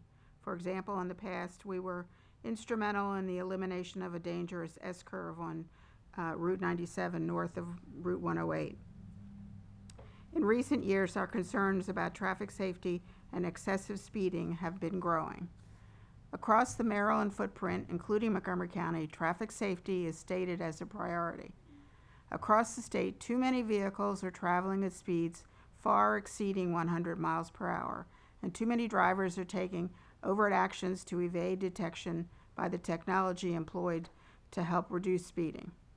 This is not a new problem nor a new concern for GOCA, and that is why we are here tonight, in particular because of our concerns about the safety on the inter-county connector, as well as other roads. These concerns have been raised by multiple people, by institutions like the AAA, and community groups to state and local elected officials. To date, the state has failed to pass any legislation to properly address the problem, and the state will once again have more than 500 people die on their roadways. GOCA, which supported the legislation considered last year relating to speed cameras, also supports the measures provided in MC 823. Like many complex problems, though, solutions will also need to be complex. No one piece of legislation will completely solve the problem of excessive speeds on our roadways. It will likely take multiple legislative actions, each taking a little bite out of this problem, till we achieve our goal of increased safety on our roads. Towards that end, GOCA supports the use of speed cameras, a proven effective method of speed enforcement that does not require stopping violating motorists, as proposed in Senator Kramer's legislation. But we believe that more will need to be done. We would also like to see graduated fines for vehicles that are traveling in excess of 100 miles per hour. In a conversation with the county assistant chief of police, we learned that many vehicles have been tracked at speeds of 195 miles. What highly populated, civilized community would find this acceptable?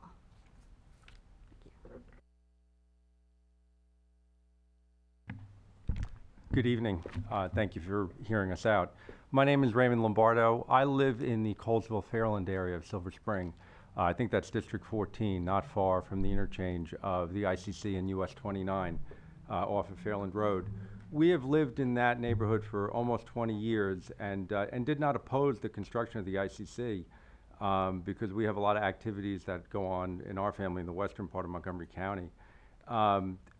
Senator Kramer has really summed up very well the reasons for the bill. I can't add a lot to that, and as a citizen, I'd rather just give you a little bit of color, a couple of things that I'd like you to consider. The first thing is, when the road was built, there was an understanding that the speed limit would be 60 miles an hour, and it was heavily enforced, as the senator said. That has just gone by the wayside, and oftentimes, if you're out on a nice evening, I mean, one of the great things about Montgomery County, we have the best park system. People are outside. So you're outside with friends, you're in a park, you've got your dogs and stuff, and then if it's a Friday evening or a Saturday evening, particularly in the summertime when it stays light out late, it sounds like you live near a drag strip. It's not acceptable in a civilized community. All the safety issues that it raises, it degrades the quality of life and completely undermines any sense of community we have. This is an antisocial and dangerous behavior. The other thing I'd like to offer, because I am, you know, in my younger years, I wasn't as responsible as I am now and had plenty of times when I was pulled over by the police. And so I am very sympathetic to people who say, I don't want to get pulled over by the police.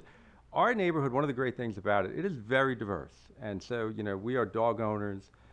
We see plenty of people in our neighborhood, our little local pool club, and I have yet to meet someone when we have our conversation or our you know, get together interrupted by the sound of a screaming motorcycle or a car that is clearly illegally modified and doing 100 miles an hour on the ICC.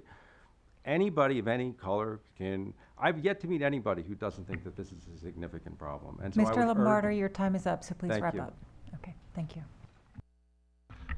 Good evening. My name's William Kassman. I live about 2,000 feet from the wall on the ICC at the interchange of New Hampshire Avenue on the western side. First of all, I want to live. I need them to slow down. I go out there, my kids go out there. I mean, it doesn't matter if it's raining or it's snowing or anything like that. There are people just flying by you like you're standing still, right? And I have my wife next to me and she's badgering me because I'm doing 65. But the other thing is that the sound wall that you were talking about, our sound wall is 24 feet tall. The most measurement I got on one of my devices for the decibel was about 136 dB. That's the sound of a train horn coming by. I could sit there and tell you how fast somebody's coming down the ICC in the summertime as well as the wintertime.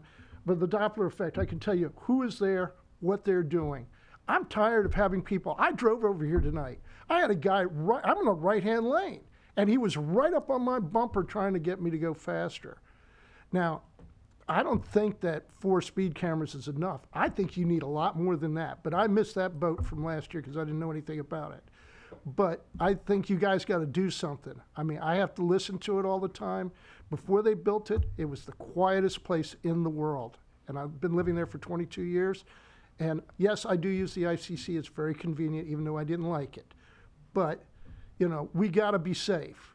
And I'm just looking out for everybody, you know. Just like him, I had problems with the police too. So, my old age, I slowed down. Thank you.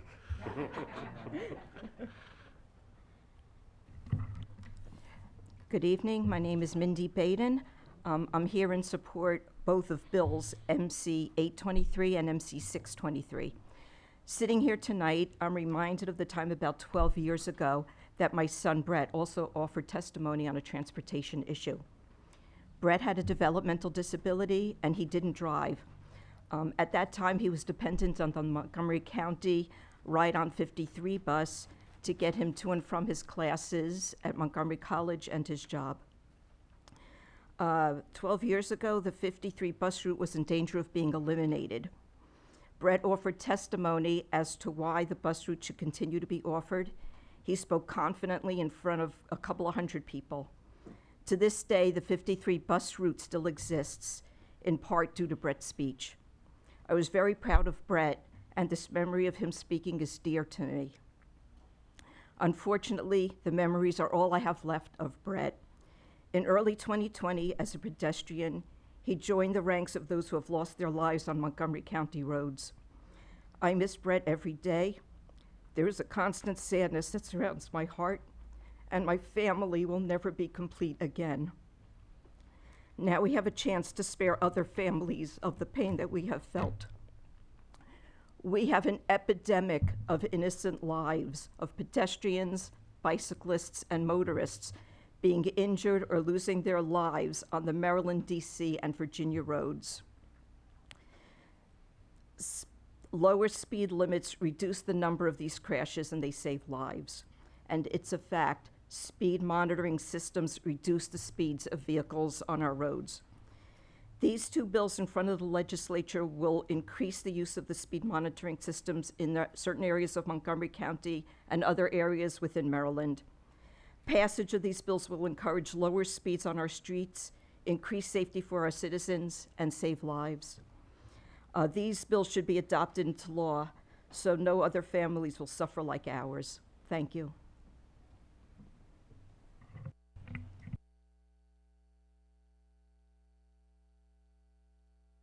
Good evening, Delegate Love, Senator Kramer, and all the members of the Montgomery County Delegation.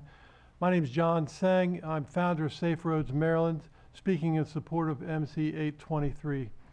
I have 3 points.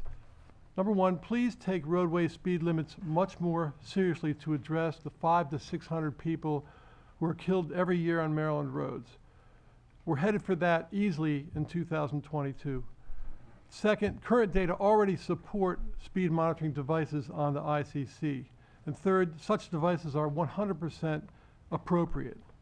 This is a facsimile of the 60-mile-an-hour speed limit sign on Maryland ICC 200 right now as we sit here.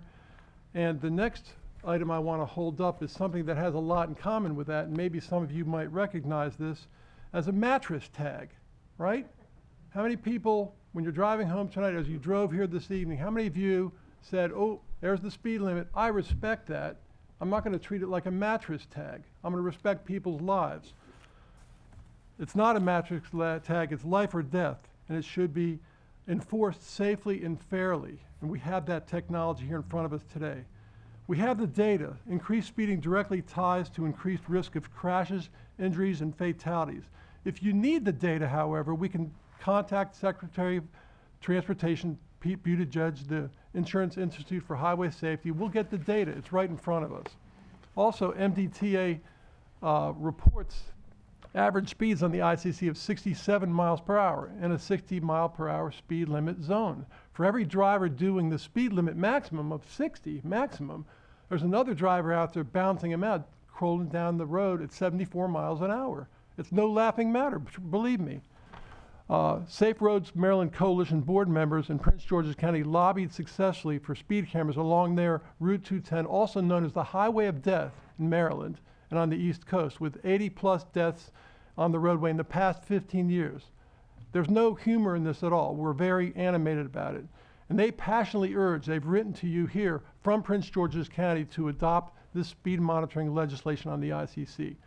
This chart here shows that this chart here shows that speed cameras, this chart depicts crashes, on the ICC from January 2020 through November 2021.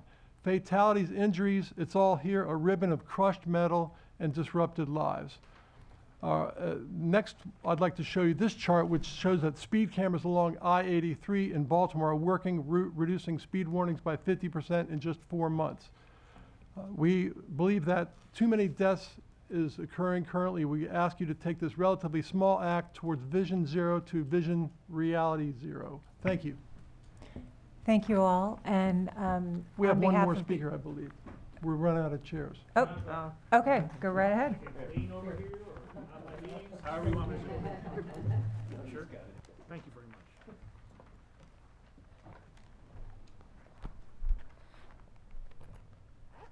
Excuse me while I get set up here, I apologize. Am I hitting a button here somewhere? You're all good. You're all good. Oh, thank you. I'm sorry, I'm new at this. I'll be brief. Kudos to everybody who said what they said here. Senator, thank you very much. I got to tell you, that was fantastic. And for you folks, my name is John Becker. I live in Rockville here, across the street from the Metro Station, Americana Center.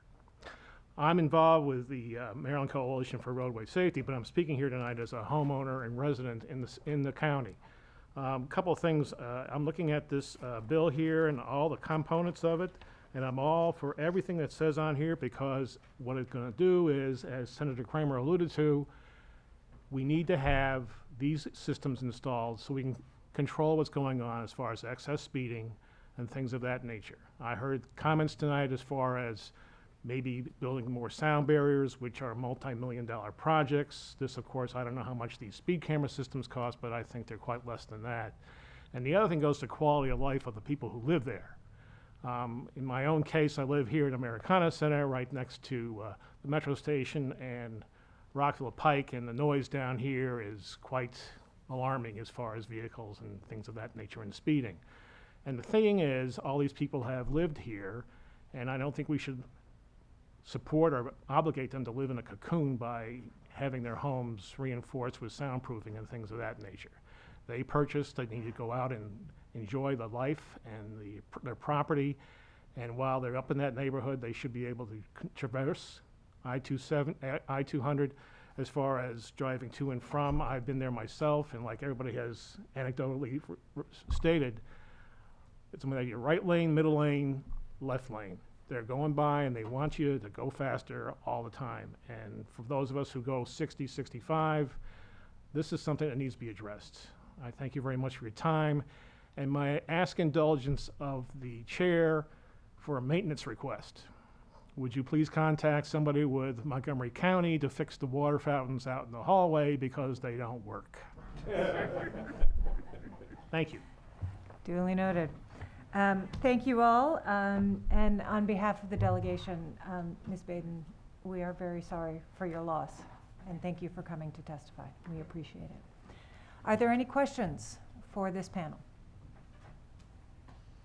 Seeing none, that concludes the hearing for MC 823. Thank you, colleagues.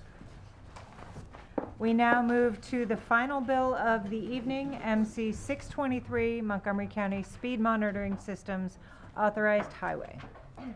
Delegate Solomon, the floor is yours.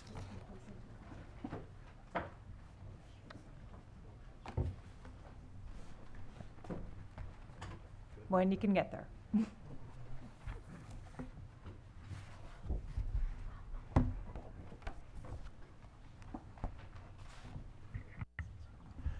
Good evening, everybody. It's nice to be here in person. It's been a while. You know, we just obviously spent a lot of time talking about speed cameras, so hopefully we won't spend quite as much time on this bill. I know we're the last one between you and going home. So this bill is a little simpler, and this is a bill, frankly, that I'm really excited to be bringing forward with working in partnership with the county government as well as with the Montgomery County Police Department. So this bill would do two things. So currently, you are only allowed to place speed cameras on roads at 35 miles per hour and below. This would raise that speed limit to 45 miles per hour. And it would allow for speed cameras to be placed in non-residential areas. So right now the law says only residential areas, so this would allow for business districts and commercial districts. In Montgomery County alone this year, we've already had almost 40 fatalities on our roads. It's a number that's increased since 2021. Our rate of speeding fatalities in Maryland is above the national average. And this bill comes directly out of a study actually that the county did around Vision Zero that found two key pieces. Most serious injuries and fatalities are located along our county's main arterials. I think for most of us that's probably not a surprise. Our state highways like Georgia Ave, Old Georgetown Road, Veers Mill Road. Those roads tend to have speed limits often in excess of 35 miles per hour. And those roads also tend to have both a healthy mixture of commercial and residential areas. The other piece I think that many of us know who have been working around the Vision Zero issue is as speeds increase, the likelihood of a fatality goes up. And so when you look at an average speed of 40 to 40 miles per hour, and give or take, most folks usually admit they go 10 to 15 miles per hour over the speed limit.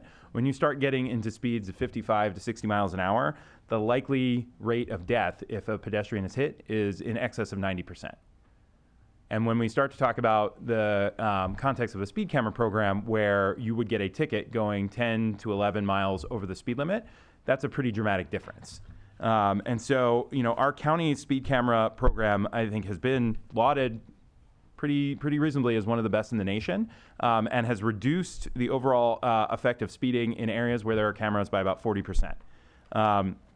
And we know in this county that nearly a third of the fatalities that we experience are as a result of speeding. So again, this is a bill that was brought forward in partnership with the county, supported by the county council, as well as obviously the county executive and our law enforcement, as well as our transportation folks. So I really would urge a favorable report. There's one just last little issue that I would highlight in the actual text of the bill.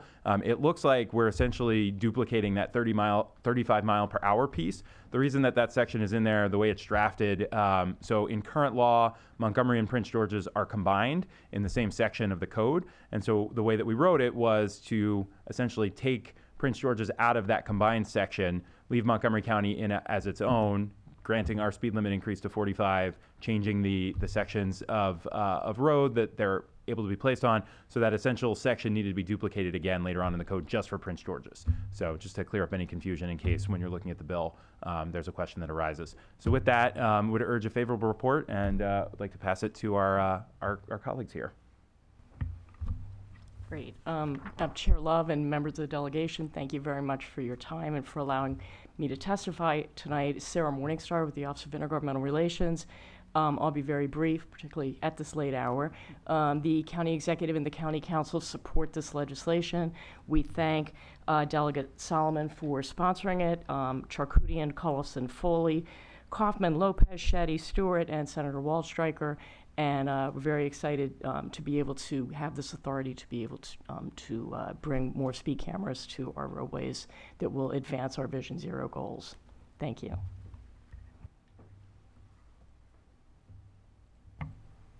Hi, good evening now.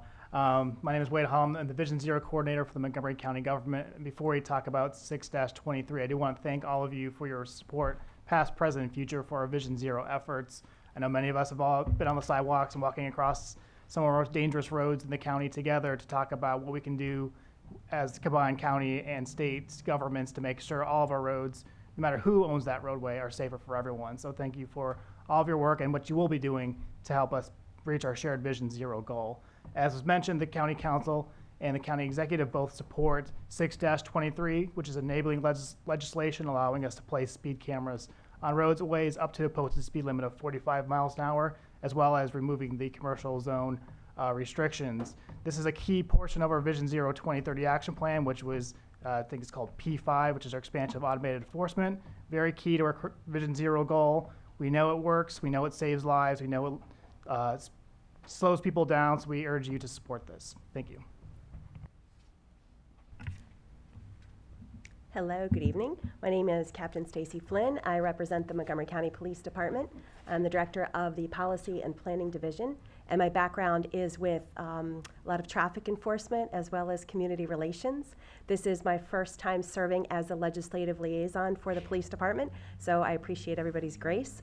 I am here to testify in support of this bill. I think it's important. I think that the people that have spoken before me this evening, even to include Delegate Kramer, have said it very eloquently, that this is about safety. I think it's important when we talk about this bill, there's a perception sometimes by the public that the police and that legislators want to do this because of a financial situation, and I want to make sure it's very clear that that is not our goal to support this at all. The money does not go to the police department. This is 100% about safety. This is about saving lives so that moms like Mindy don't have to come and testify before you.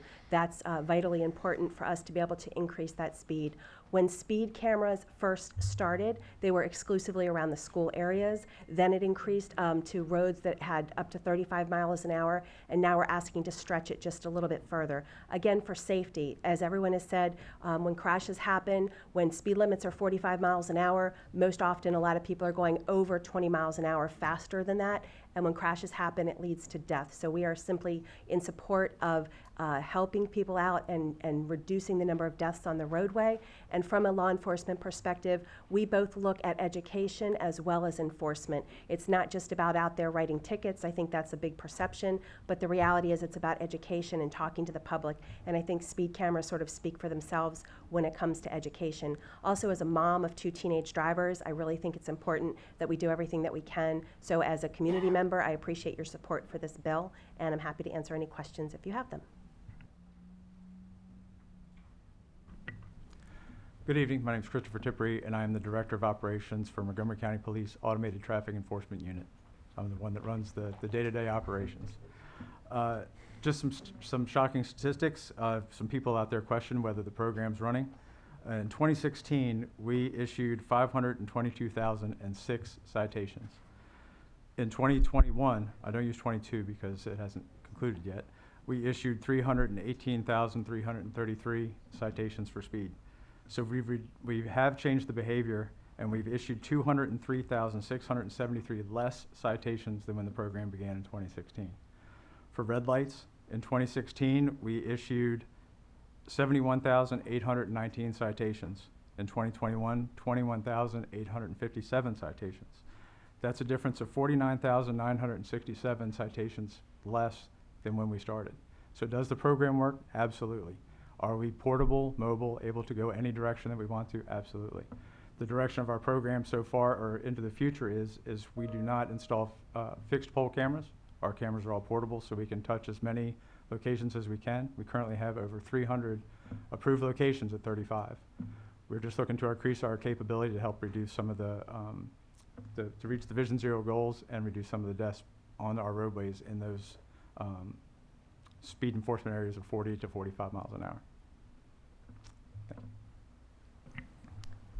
Okay, are there any questions for this panel or the speaker? Yes, Delegate Cullison. Is it on? Yes. Thank you, Madam Chair. Mr. Tipper, do you have data on injuries or deaths for those same periods of time, or just a number of citations offered? I do have fatality totals. So far this year, there have been 8 fatalities at 40 miles an hour and 4 fatalities at 45 miles an hour. How does it vary from 2016? Do you have the 2016? If you go from 2018 to present day, in the 40 to 45 mile an hour range, there's been 72 fatalities in between 40 and 45 miles an hour since 2018. So, but I guess I'm trying to get at, in addition to the decrease in tickets, we are also significantly decreasing injuries and fatalities. Yes. Okay, thank you. Are there other questions? I have a couple questions. Delegate Cullison actually started down the road of my question. Can you get us that data? Because I'm curious of the data up to 35 miles an hour and then up to 45 miles an hour, and what the difference is between that 35 and 45? So between 25 miles an hour and 35 miles an hour from 2018 until today, there's been 82 fatalities in that block that we currently operate in. Where we want to move to in the area of 40 to 45, there's been 72 fatalities. That's why I want to increase it just to that portion. Got it, thank you. And you'll give us that Yes. information? Great. And that leads into my next question, which is, as we know, the faster you go, the more dangerous it gets. Are you going to be here next year saying, we now want 55 miles an hour? Our goal at 45 is to give us most of the arterial roadways. And how many roadways will this bill apply to? I would say there's probably only 3 or 4 roadways that are at 50 currently in the county. The rest are at 45. State Highway keeps reducing some of the speed limits on their roadways, which we get a majority of our complaints from. So it's hard to sometimes coordinate with how many or what future roadways they plan on reducing. And we're working on a map of all the 40, 45 mile an hour roadways within MCDOT. So with this data, we can also include that map to show you. Just to give you an idea, this would be mostly roads, kind of like Randolph Road in north. Some of these larger arterials, sometimes rural roads, just 2-lane roads, but also sometimes in the up county that are 40, 45 miles an hour. And, but also some of the bigger roads like New Hampshire Avenue, like north of Olney as well. Wait, I think that map is actually posted. I was looking at it last night. So Sarah, Madam Chair, I can send it to you when I get to my computer tonight. Great, that's very helpful. Thank you all. It's very interactive, actually. Yes, Senator. I just wanted to offer the commentary that I'd be just fine if you're back next year seeking 55. I believe that's all you, Senator Kramer. You didn't speak those words. I think we should be doing everything that we can to modify behavior with regard to protecting our pedestrians and our motorists to the very best capacity that we can. And I realize this is incremental, and you won't be back next year doing that. But thank you all for the good work that you are doing to protect the residents of Montgomery County. It's very much appreciated. Thank you, Madam Chair. And as my chair would say, since everything should be in the form of a question, isn't that so? I have one further question, and that is, do you know where the data from these pictures is housed? Our contractor stores all the, It's on. It's on. Our contractor, so the way the process works is an image is captured of the vehicle. It's sent to our vendor who does the initial wash through. They send us, out of a series of photos that they get of the vehicle that's committing the violation, they reduce it to 3. And then it comes to our division, which I have a group of processors that review the citation for the validity of the citation to ensure that the tag number matches the vehicle that it's issued to, that matches to the make and model of the vehicle that it's issued to. Then it goes for final approval to a police officer that actually reviews all the facts and then issues the citation. So all of the pictures that the processor has, and then the 3 that you all get, what happens to those? Those are added to the citation and then it's issued to the violator. And yeah, but then what happens to it? How long are they kept? Oh, it's stored I don't think there is a date. Yeah, it's stored in the cloud system. Okay, and who has access to that? The police department, all of us. The entire police department? Anybody can access it any time? Traffic division, I'm sorry, I say the police department. Okay, got it. Any further questions? Yes, Delegate Frazier Hidalgo. First of all, thank you very much for being up here. And Captain, you did a fabulous job. You really did. Doesn't everybody agree? So with that said, you were talking about the images that are taken and stored. The image you mentioned, the images that are taken and stored are the actual plate. What else exactly is stored? What other images are stored besides the tag and the vehicle? The vehicle, as it moves through it's a video of the vehicle moving through the violation. Okay. Are you able to see the driver of the vehicle? No. So you can't see the face of the driver? No, it's only an image of the back of the vehicle. Thank you very much. There's also the place and time, correct? Yes. Thank you. You were a police officer, weren't you, Delegate Fraser Delvin? A few years ago. Any other questions? Yes, Delegate Wilkins. Thank you, Madam Chair, and thank you, Delegate Solomon, for bringing this really important bill. I have a question that I think maybe is for the county or the police. I just wanted to get a sense of the policy that you have in place in terms of elected officials being able to engage around the placement of the cameras. From time to time, pretty often actually constituents come to us with requests around speed. See the last bill that just came up. And as their advocates and representatives, it's important for us to be able to communicate with you and work with you and share that.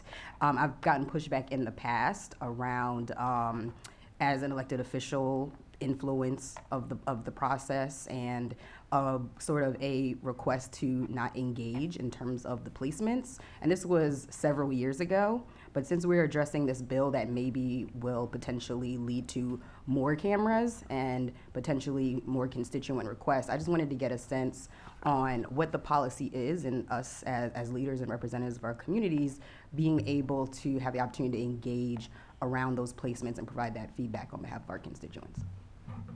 Thank you very much for that question. I'll jump on that one. So I can tell you that on our Montgomery County Police website, there's actually a link that you can click on to request a speed camera. And from there, your constituents can actually click on it. You're welcome to, your staff can. And from there, the data goes to our traffic division, and each request is analyzed to determine the placement of the speed cameras. Unfortunately, as we all realize, many times the constituents don't realize that the speed limit on the roadway they're asking for that speed camera is over 35 miles an hour. So it's an automatic, sorry, we just can't place it there. And it's hard to explain to them why, when all they're simply trying to do is get people to slow down on the road that's probably closer to their house.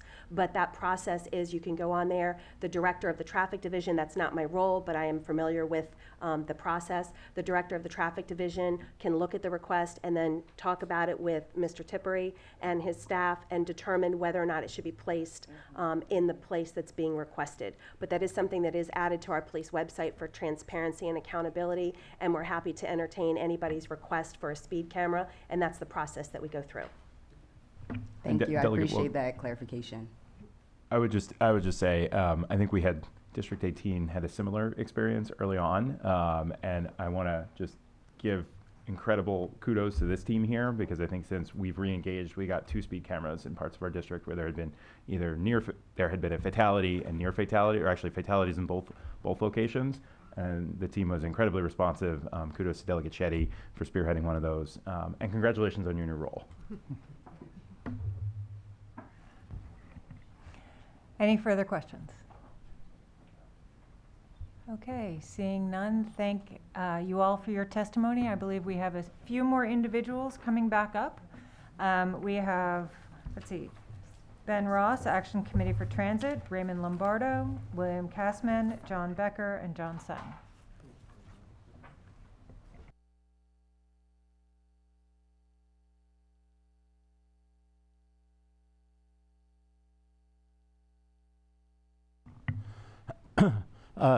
I'm Ben Ross, speaking for the Action Committee for Transit.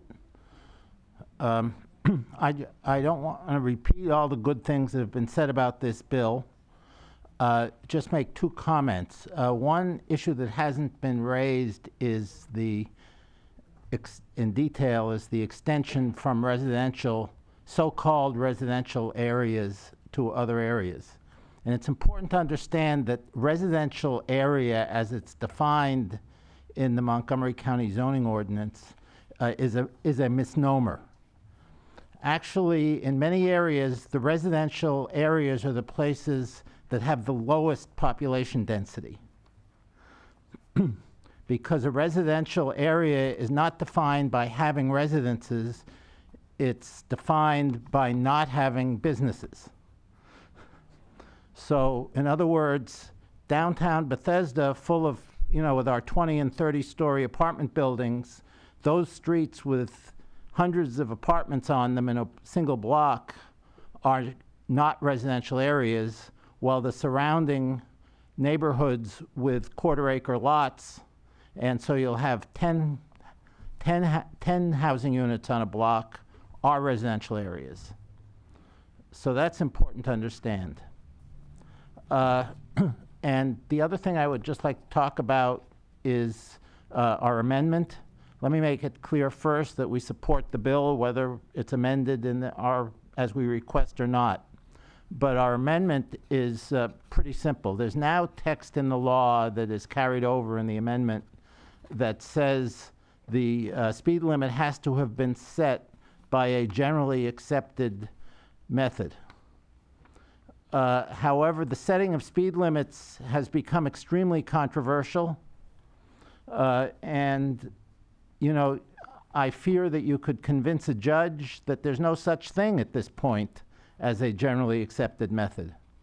So I believe that to avoid legal challenges to the whole speed camera program, it would be much wiser to take those few words out of the statute. Thank you. Thank you. I'll learn sometime. So thank you again to the delegation for your time. My name is John Seng, still representing Safe Roads Maryland, in full support of MC 623. We support all these provisions without any qualifications. We're definitely endorsing speed monitoring systems, not only throughout problem areas, problem roads and highways in Montgomery County, but throughout the state of Maryland. No one in Maryland can drive peacefully, it seems. I drove over here tonight. I took Avery Road, probably 4 miles from Lancaster Mill to Route 28. I had 2 different cars tailgating me just to get to a meeting about aggressive driving and controlling speeds tonight. And anybody you talk to, you can't go through a day without somebody sharing a similar anecdote. Driving in Maryland peacefully is a thing of the past. It's hard to get through a day driving, commuting anywhere without experience. Again, this tailgating, hyper speeding, reckless driving. We need relief and protection just to abide by the speed limit. You know, it's one thing to, you know, police pulls you over for speeding, or you're, you know, photograph speeding using with a camera, but now to abide by the law and, you know, and respect other human beings, I have to put up with people tailgating me. I look down Avery Road, there's 3, 4, 5, 6 cars behind me while yours truly is driving the speed limit. What's wrong with that picture? So we just need this relief and protection.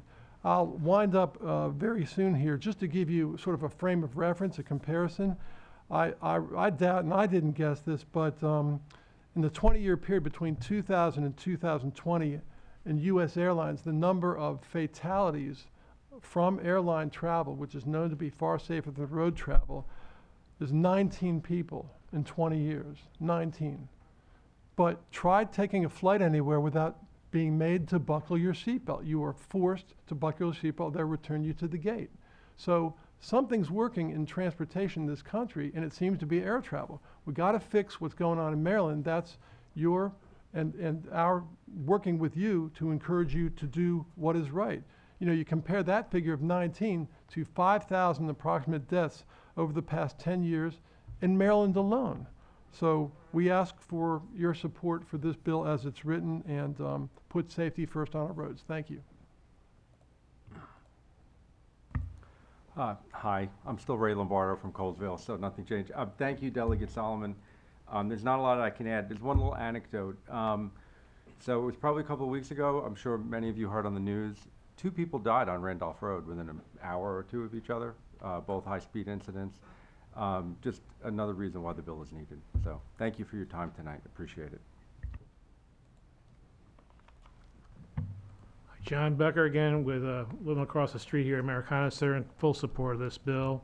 I think the opportunity here is to make things safer, not only for us as far as drivers and pedestrians and bicyclists, but it also affects our law enforcement. Our first responders have to respond to an accident.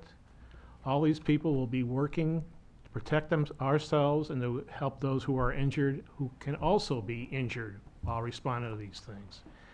Even construction roadway personnel who repair, maintain, build new, the different devices you folks were talking about earlier, they need to be protected from speeders and things of that nature.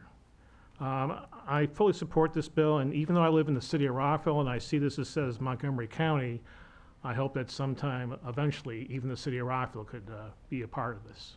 Thank you very much for your time. Thank you all. Are there any questions for this panel? Okay, seeing none.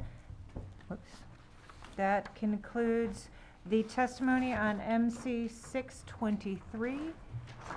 And that concludes our bill hearing. Thank you. Thank you, Chair Love. Just a couple closing remarks here as we wrap up for this evening.